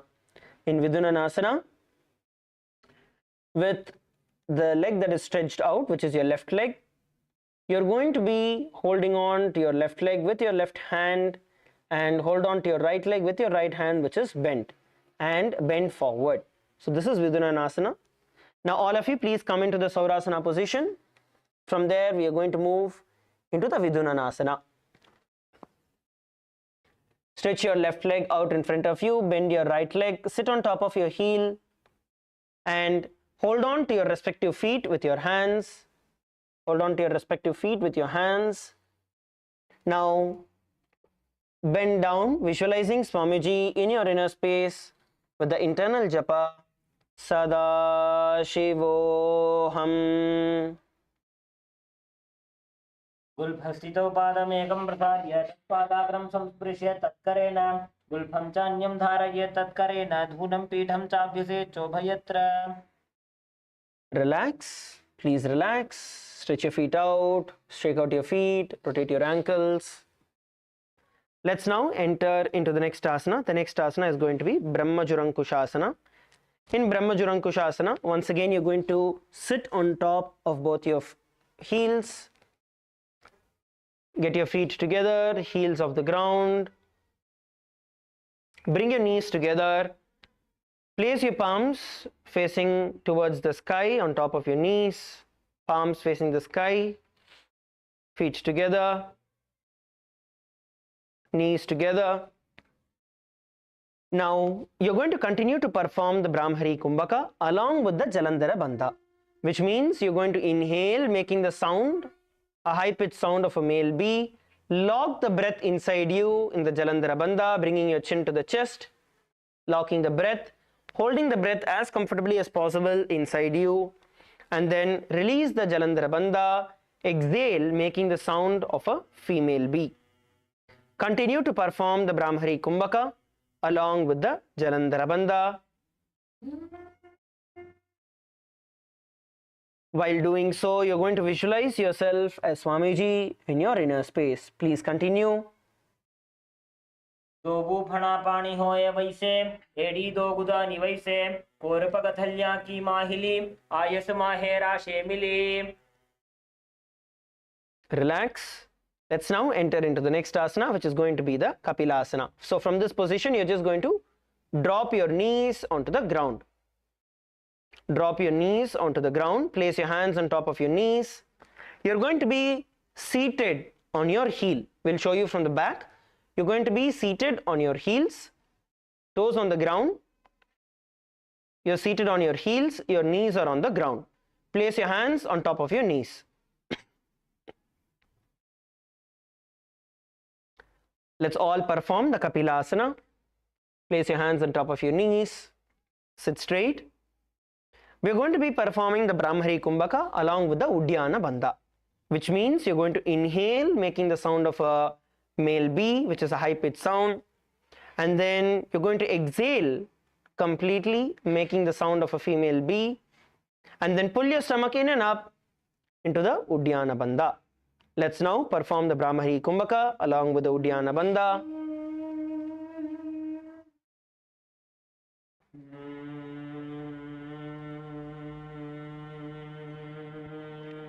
While doing this, you're going to visualize yourself as sage Kapila, Kapila Maharishi in your inner space. And the internal japa, Sadashivoham. उभय पगथली समटहरावे तिनको माहिली core मिलावे फना पानी उकड़ होए वैसे एड़ी दो जोनी निवैसे. Relax. From this position, you are now going to bring your gaze up towards your third eye. So the same position, continue to be seated on top of your heels, knees on the ground, hands on your knees. Now switch your gaze towards the third eye. Bring your gaze towards the third eye. Continue to perform the Brahmari Kumbhaka. This time we will not be doing the Uddiyana Bandha. We are only doing the Brahmari Kumbhaka. So bring your gaze towards your third eye. Continue to perform the Brahmari Kumbhaka. Inhale, making the sound of a male bee. And then exhale, making the sound of a female bee. While doing this, continue to visualize Swamiji in your inner space. Please perform the Bhadrakorakasana. Visualize Swamiji in your inner space and the internal japa Sada Shivoham. दो भूपक थले संपुट करे कोरवारिली भूपरिधरे कोरवारिली राखे ऐसे तापरी मूल द्वार डिगी बैसे. Relax. Now from this position, you are going to slowly lift your knees off the ground, your heels together, feet together, but your knees off the ground, knees nice and wide. Open your feet wide apart. Open your knees wide apart. You're sitting on top of your heels, your toes on the ground, toes together. Now place your hands in the Padma Mudra, the lotus mudra. You have your little finger and the thumb fingers touching each other, forming a lotus flower. Bring it in front of your heart and slowly lift it all the way up towards your sky, towards the roof, and look up. Gaze at the gap in between your hands. Look at one point on the top of the ceiling to balance yourself. You're going to visualize yourself as Lord Surya while performing this. Come on, let's every one of us do it. Once you balance yourself, then slowly raise your hands up. If you lose balance, once again, you're going to come to the seated position, lifting your knees off, and then place your hands in front of your heart in the Padma Mudra and lift it up. Hold the position. In this position, you're going to visualize Lord Surya in your inner space and the internal japa Sada Shivoham. एडी दो गुदा तरी आने फना पानी बैठक पुनिठाने गोड़ा जंघा अधर करी रहे आड़े वाम इसी विधि कहे. Relax. Relax. You can now stretch your feet out in front of you. Rotate your ankles. Please rotate your ankles. Shake your leg out. Shake your knees out. We are coming towards the end of the yoga session. So now we are going to be performing the Shavasana, where you're going to lie down on your back. Have a slight gap between your hands and your legs. Make sure your palms are facing up towards the sky. Palms facing towards the sky. Just relax in Shavasana.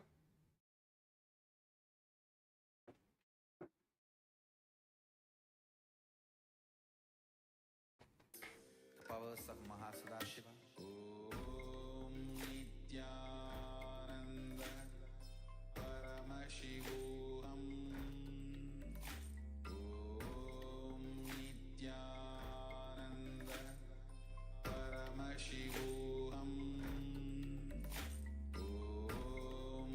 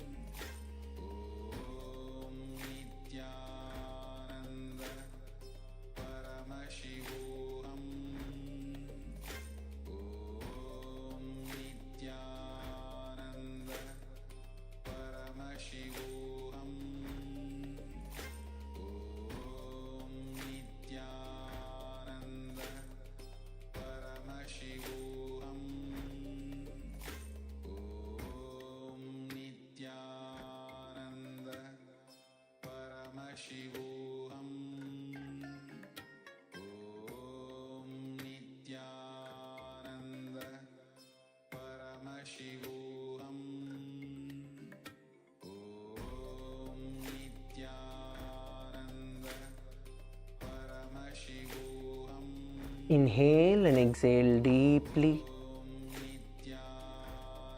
Let your body completely relax.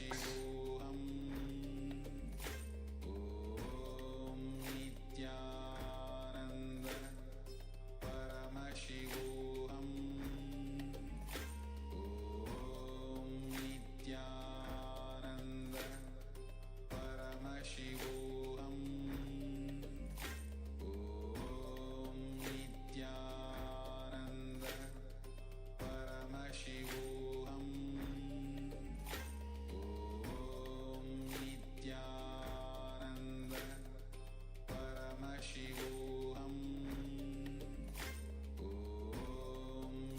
Paramashivoham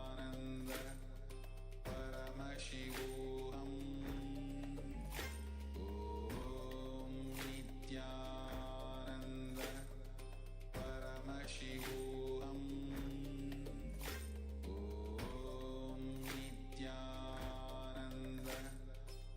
Paramashivoham Nithyananda Paramashivoham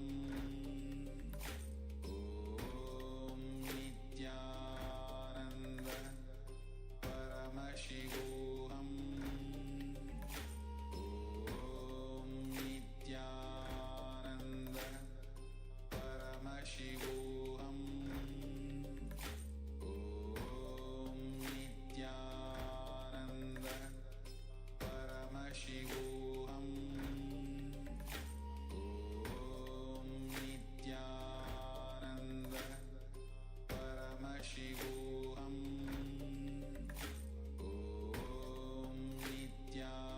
Nithyananda Paramashivoham Nithyananda Paramashivoham Nithyananda Paramashivoham Nithyananda Paramashivoham Nithyananda Paramashivoham Nithyananda Paramashivoham Nithyananda Paramashivoham Nithyananda Paramashivoham Nithyananda Paramashivoham Now, slowly bring your awareness back to your body. Bring your awareness back to your body. Start moving your hands, your toes, your fingers.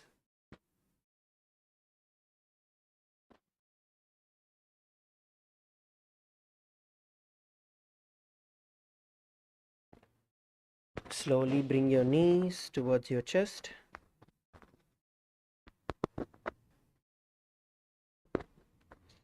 Hug your knees with your hands and roll towards the left and right. Hug your knees and roll towards the left and right.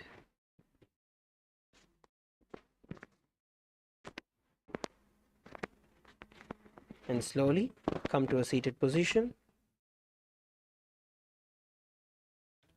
Come to a seated position. Sit straight, sit comfortably, and sit unclutched. Sit unclutched.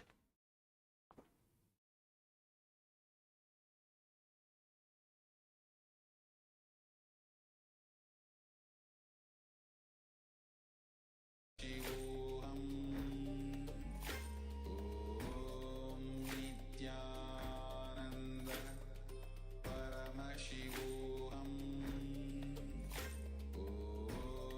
Nithyananda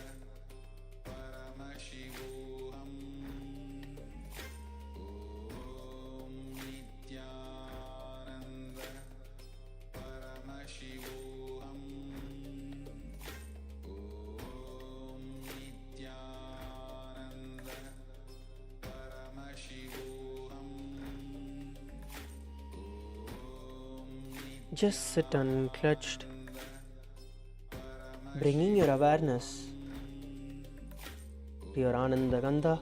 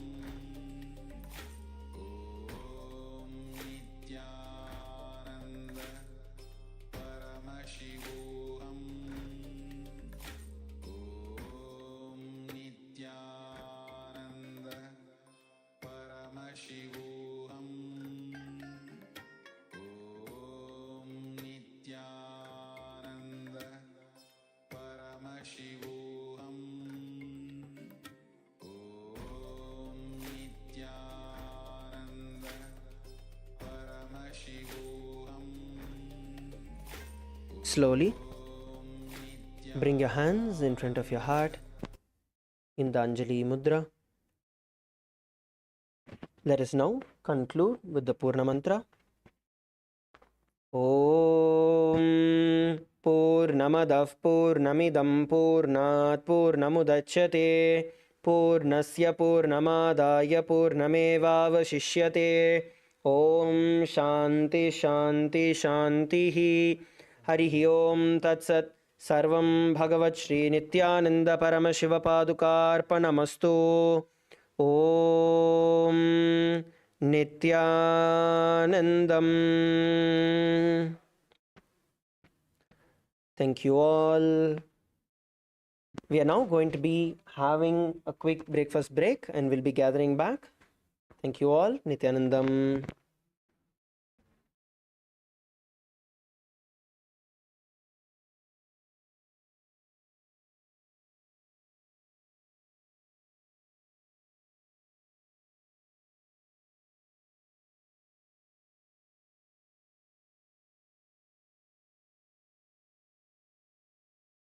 Around 5,000 years ago, at the end of Mahabharat War, the ancient enlightened Hindu civilization consisted of 10,000 Hindu traditions, or sampradayas, that existed in 56 Hindu nations, 200 Hindu kingdoms, 1,700 Hindu provinces that covered more than 6 million kilometers square of Asia.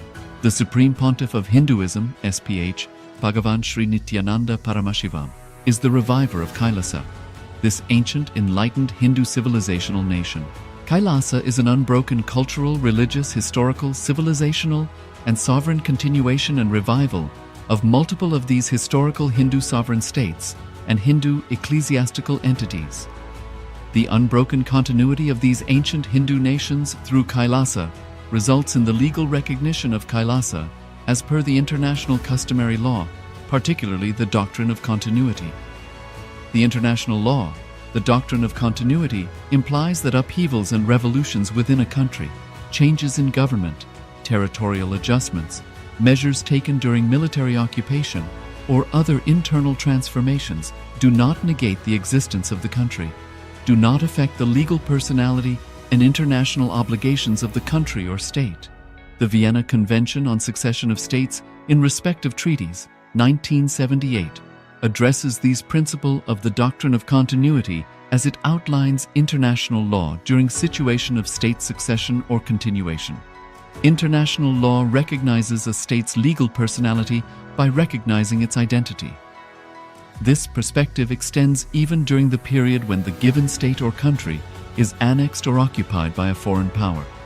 Even in such cases, the legal personality of the state is considered to persist, enabling its subsequent re-establishment. Historical examples dating back to the 18th century include cases like Portugal and Genoa that were re-established after the Vienna Congress of 1815. More recent examples include countries such as Poland, Ethiopia, Czechoslovakia, Albania, and Austria that were re-established after World War II. Even when a nation is deprived of its territory, the nation continues to exist. Its sovereignty and international legal personality continues to persist. The Dalai Lama, as the spiritual and temporal leader of Tibet, exemplifies this principle. In 1959, the Dalai Lama was exiled and forced to flee. Despite the challenges faced, the Dalai Lama continues to advocate for the preservation of Tibetan culture and garners worldwide support for Tibetan autonomy on the global stage. Similarly, from 1309 to 1376, the Pope of Catholicism had been in exile in Avignon.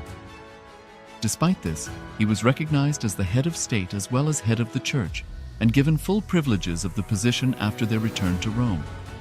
Even in 1861, much of the papal territories had been lost, leaving the Pope with no sovereign territory other than the papal residence and related buildings. Yet his temporal powers were still acknowledged. He was recognized as a head of state, and later, the Lateran Treaty of 1929 formally re-established papal sovereignty over the Vatican City. The Sovereign Order of Malta further exemplifies this principle, retaining international recognition as a sovereign entity despite the permanent loss of their territory upon Napoleon's invasion in June 1798. Despite such permanent loss of territory, the sovereignty and the international legal personality of the Sovereign Order of Malta continue to persist. Much later in 1894, the order settled in Rome and acquired two properties, the Magistral Palace and the Magistral Villa that received extraterritorial status. Today, the order maintains diplomatic relations with 112 countries, issues its own diplomatic passports, currency, stamps, and vehicle registration plates, and has been granted observer status in the United Nations. All these examples of state re-establishment illustrate the principle of continuity of states, as per international law, that a state's legal personality persists over time. A nation continues to exist even after a complete loss of territory. A far more striking example is of the oceanic countries, which are under the threat of their entire nation being drowned and submerged due to rising sea levels owing to global warming. In response to such existential threat of climate change, Pacific Island nations, including Tuvalu, have enacted constitutional amendments and made international declarations affirming that their nation and their sovereign rights will continue to persist, despite their entire territory being lost to the sea. This proactive stance is highlighted in the Constitution of Tuvalu Act 2023 and the Pacific Islands Forum Declaration of 2021. The Supreme Pontiff of Hinduism, Bhagavan Sri Nithyananda Paramashivoham, through the line of succession is the present 203rd Emperor of the Hindu Sovereign Kingdom of Surangi Samrajya. He was crowned on the 31st of December 2004 at the age of 26. Thus, by very same principles of the doctrine of continuity, through which the international legal personality of Portugal, Genoa, Poland, Ethiopia, Czechoslovakia, Albania, Austria, Vatican, Tibet, Sovereign Order of Malta, and several other nations has been recognized despite having undergone a period of exile, annexation, occupation by a foreign power, or despite loss of territory. The SPH Nithyananda Paramashivoham, through well-established legal and historical facts about the Hindu sovereign state of the Surangi Samrajyam, derives all sovereign rights and powers of the royal lineage of the Surangi Samrajyam as its 203rd sovereign emperor from his inheritance and continuation of the unbroken succession of the kingdom of Surya Vamsa Surangi Samrajyam Sarvanapitha. Surya Vamsa Surangi Samrajyam, through unification with 20 other sovereign Hindu states and sovereign ecclesiastical, historical entities, became part of the United States of KAILASA, which thus became a sovereign, independent juridical state, with the SPH Nithyananda Paramashivoham as the sovereign. Just as how the oceanic nations like Tuvalu have safeguarded their sovereignty from the existential threat of total submersion by amending their constitution and asserting that their sovereignty will persist regardless of the loss of their territory, KAILASA, which is a sovereign continuation of 21 sovereign Hindu states and sovereign ecclesiastical historical entities, is also reviving and continuing the Kumari Kandam Hindu nations that got submerged. As per the doctrine of continuity, these facts imply that the Kailasa's statehood is recognized by international law and manifests as a natural outcome of well-established historical legal facts. Share your time, talent, and treasure. Become part of KAILASA. Sign up as an eCitizen https://kailasa.ecitizen.info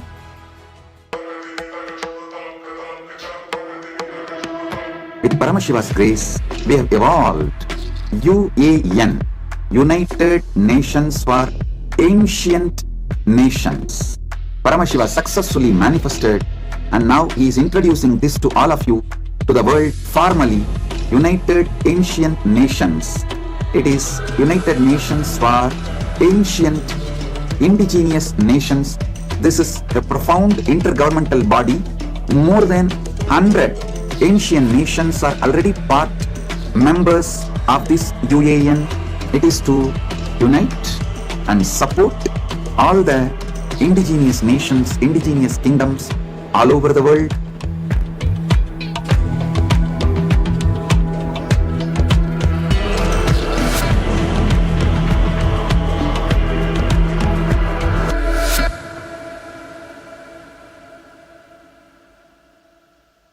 Around 5,000 years ago, at the end of Mahabharat War, the ancient enlightened Hindu civilization consisted of 10,000 Hindu traditions, or sampradayas, that existed in 56 Hindu nations, 200 Hindu kingdoms, 1,700 Hindu provinces that covered more than 6 million kilometers square of Asia. The Supreme Pontiff of Hinduism, SPH, Bhagavan Sri Nithyananda Paramashivoham, is the reviver of KAILASA, this ancient enlightened Hindu civilizational nation. KAILASA is an unbroken cultural, religious, historical, civilizational, and sovereign continuation and revival of multiple of these historical Hindu sovereign states and Hindu ecclesiastical entities. The unbroken continuity of these ancient Hindu nations through KAILASA results in the legal recognition of KAILASA as per the international customary law, particularly the doctrine of continuity. The international law, the doctrine of continuity, implies that upheavals and revolutions within a country, changes in government, territorial adjustments, measures taken during military occupation, or other internal transformations do not negate the existence of the country, do not affect the legal personality and international obligations of the country or state. The Vienna Convention on Succession of States in Respect of Treaties, 1978, addresses these principles of the doctrine of continuity as it outlines international law during situation of state succession or continuation. International law recognizes a state's legal personality by recognizing its identity. This perspective extends even during the period when the given state or country is annexed or occupied by a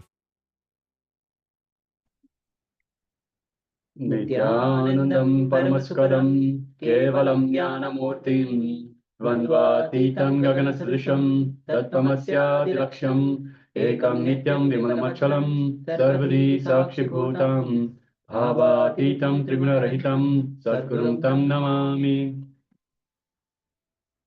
Nithyanandam, and welcome all of you. Yes, Nithyanandam, welcome. On the second day of the Paramashivoham. So once again, welcome all of you.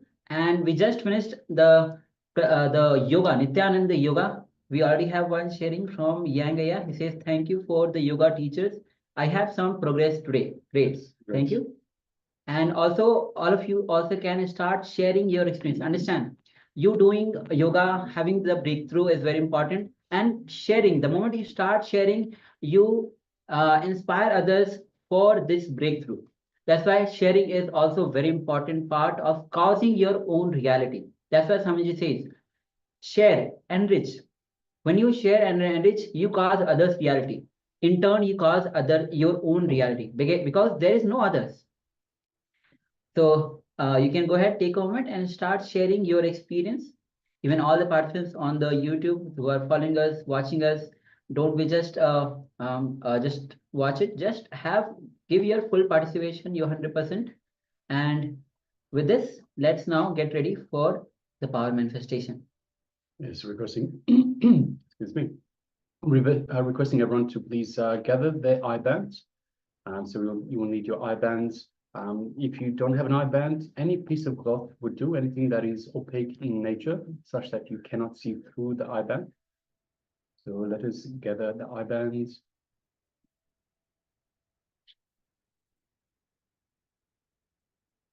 And let's put on the eye band, sit comfortably with the head, neck, and spine in a straight line. Meanwhile, we'll just get into the Shakti Spurana, the scriptural reference, to manifest this power of the third eye. Yes. The Sasprana goes as Kapalantarmano yasya tishtan militalochanaha kramena manasodharyat lakshaye lakshamuttamam. The translation of this verse goes as by fixing the mind on the inner space within the crown center and sitting stably without any movement, having the eyes closed in succession. By that stability of the mind and the inner space, through the power of third eye, one directly sees the ultimate goal, Laksham, by having the vision beyond the sight that reveals any object or place, attaining the space of oneness with the source, Paramashiva. So clearly, the Sasprana itself shows how to manifest this power. So let's get ready to manifest this power. All right, so let us now, while we sit comfortably with the head, neck, and spine in a straight line, bring our awareness to our inner space. So the inner space, our Ananda Gandha, which is situated just below the heart center. So sure you have the eye bands on. And get ready for the power manifestation. So let's bring our awareness to our inner space.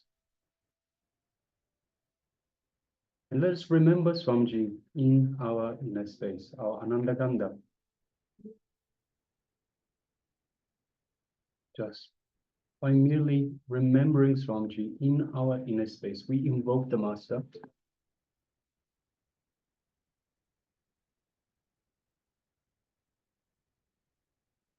Let us do just that. Let us reach out to Swamiji. The Ananda Gandha is the space that Swamiji has initiated us in to connect to him, to be in the space of oneness with the Supreme Pontiff of Hinduism, with the Divine. Let us just feel the space of oneness, experience the space of oneness with Swamiji, the Supreme Pontiff of Hinduism, in our inner space.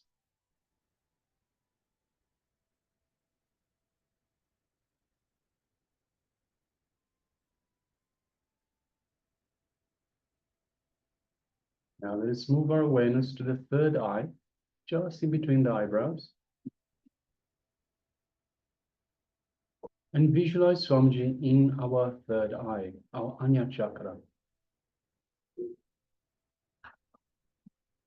And just gently let us look through the third eye into Swamiji's third eye.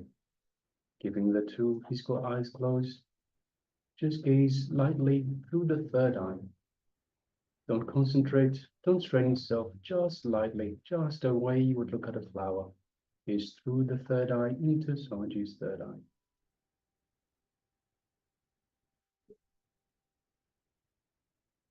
As you do so, you feel an energetic connection to the Master, an energetic cord from Swamiji's third eye into your third eye.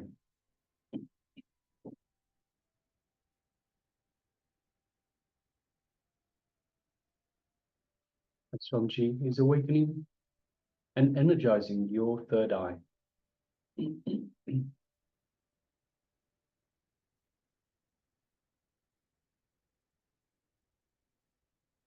Now, from the space of oneness with Swamiji, through the power of the third eye, let us start manifesting this power, seeing pictures blindfolded. The image is being displayed for you. Now, let's begin.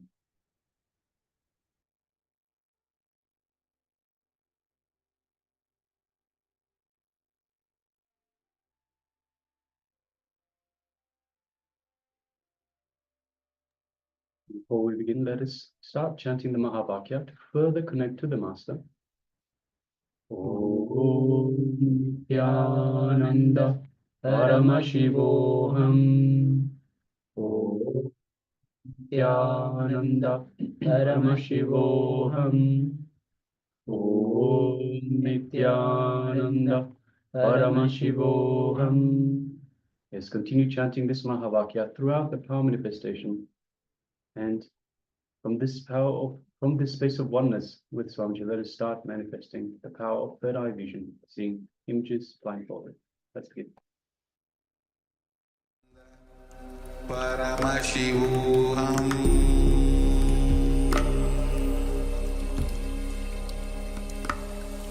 Om Nithyananda Paramashivoham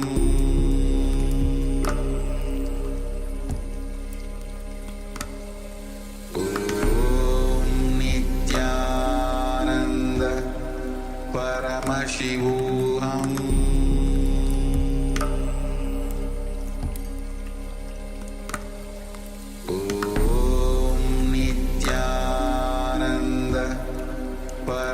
Paramashivoham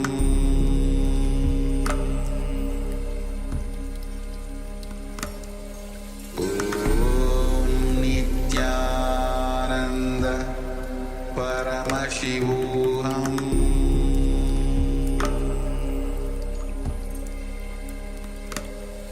Om Nithyananda Paramashivoham Paramashivoham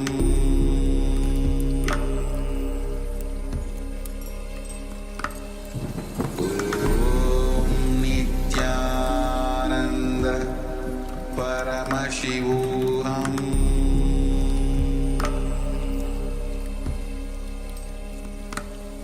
Om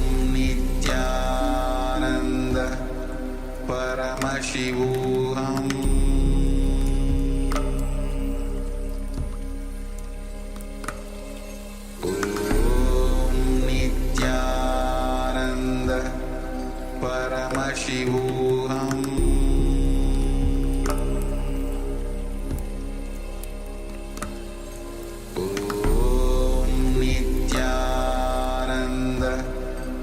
Paramashivoham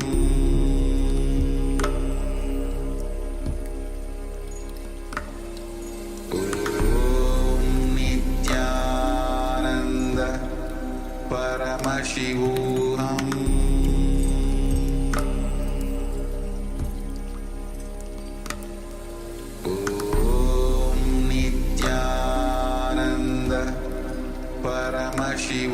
Om Nithyananda Paramashivoham Paramashivoham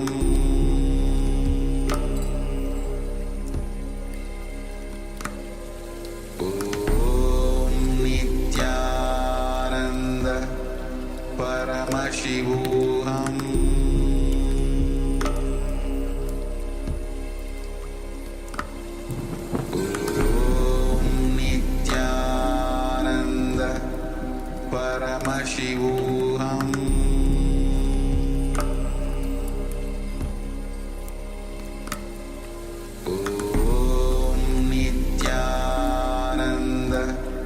Paramashivoham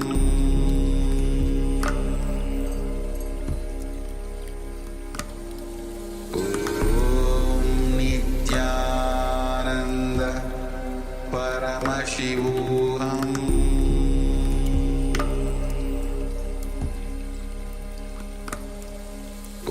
Om Nithyananda Paramashivoham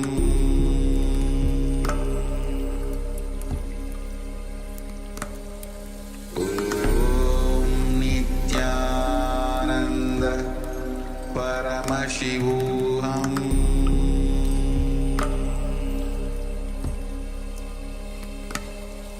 Om Nithyananda Paramashivoham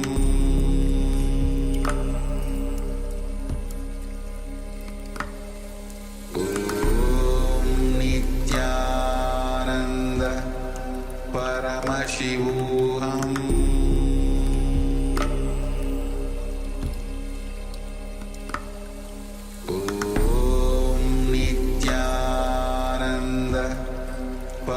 Paramashivoham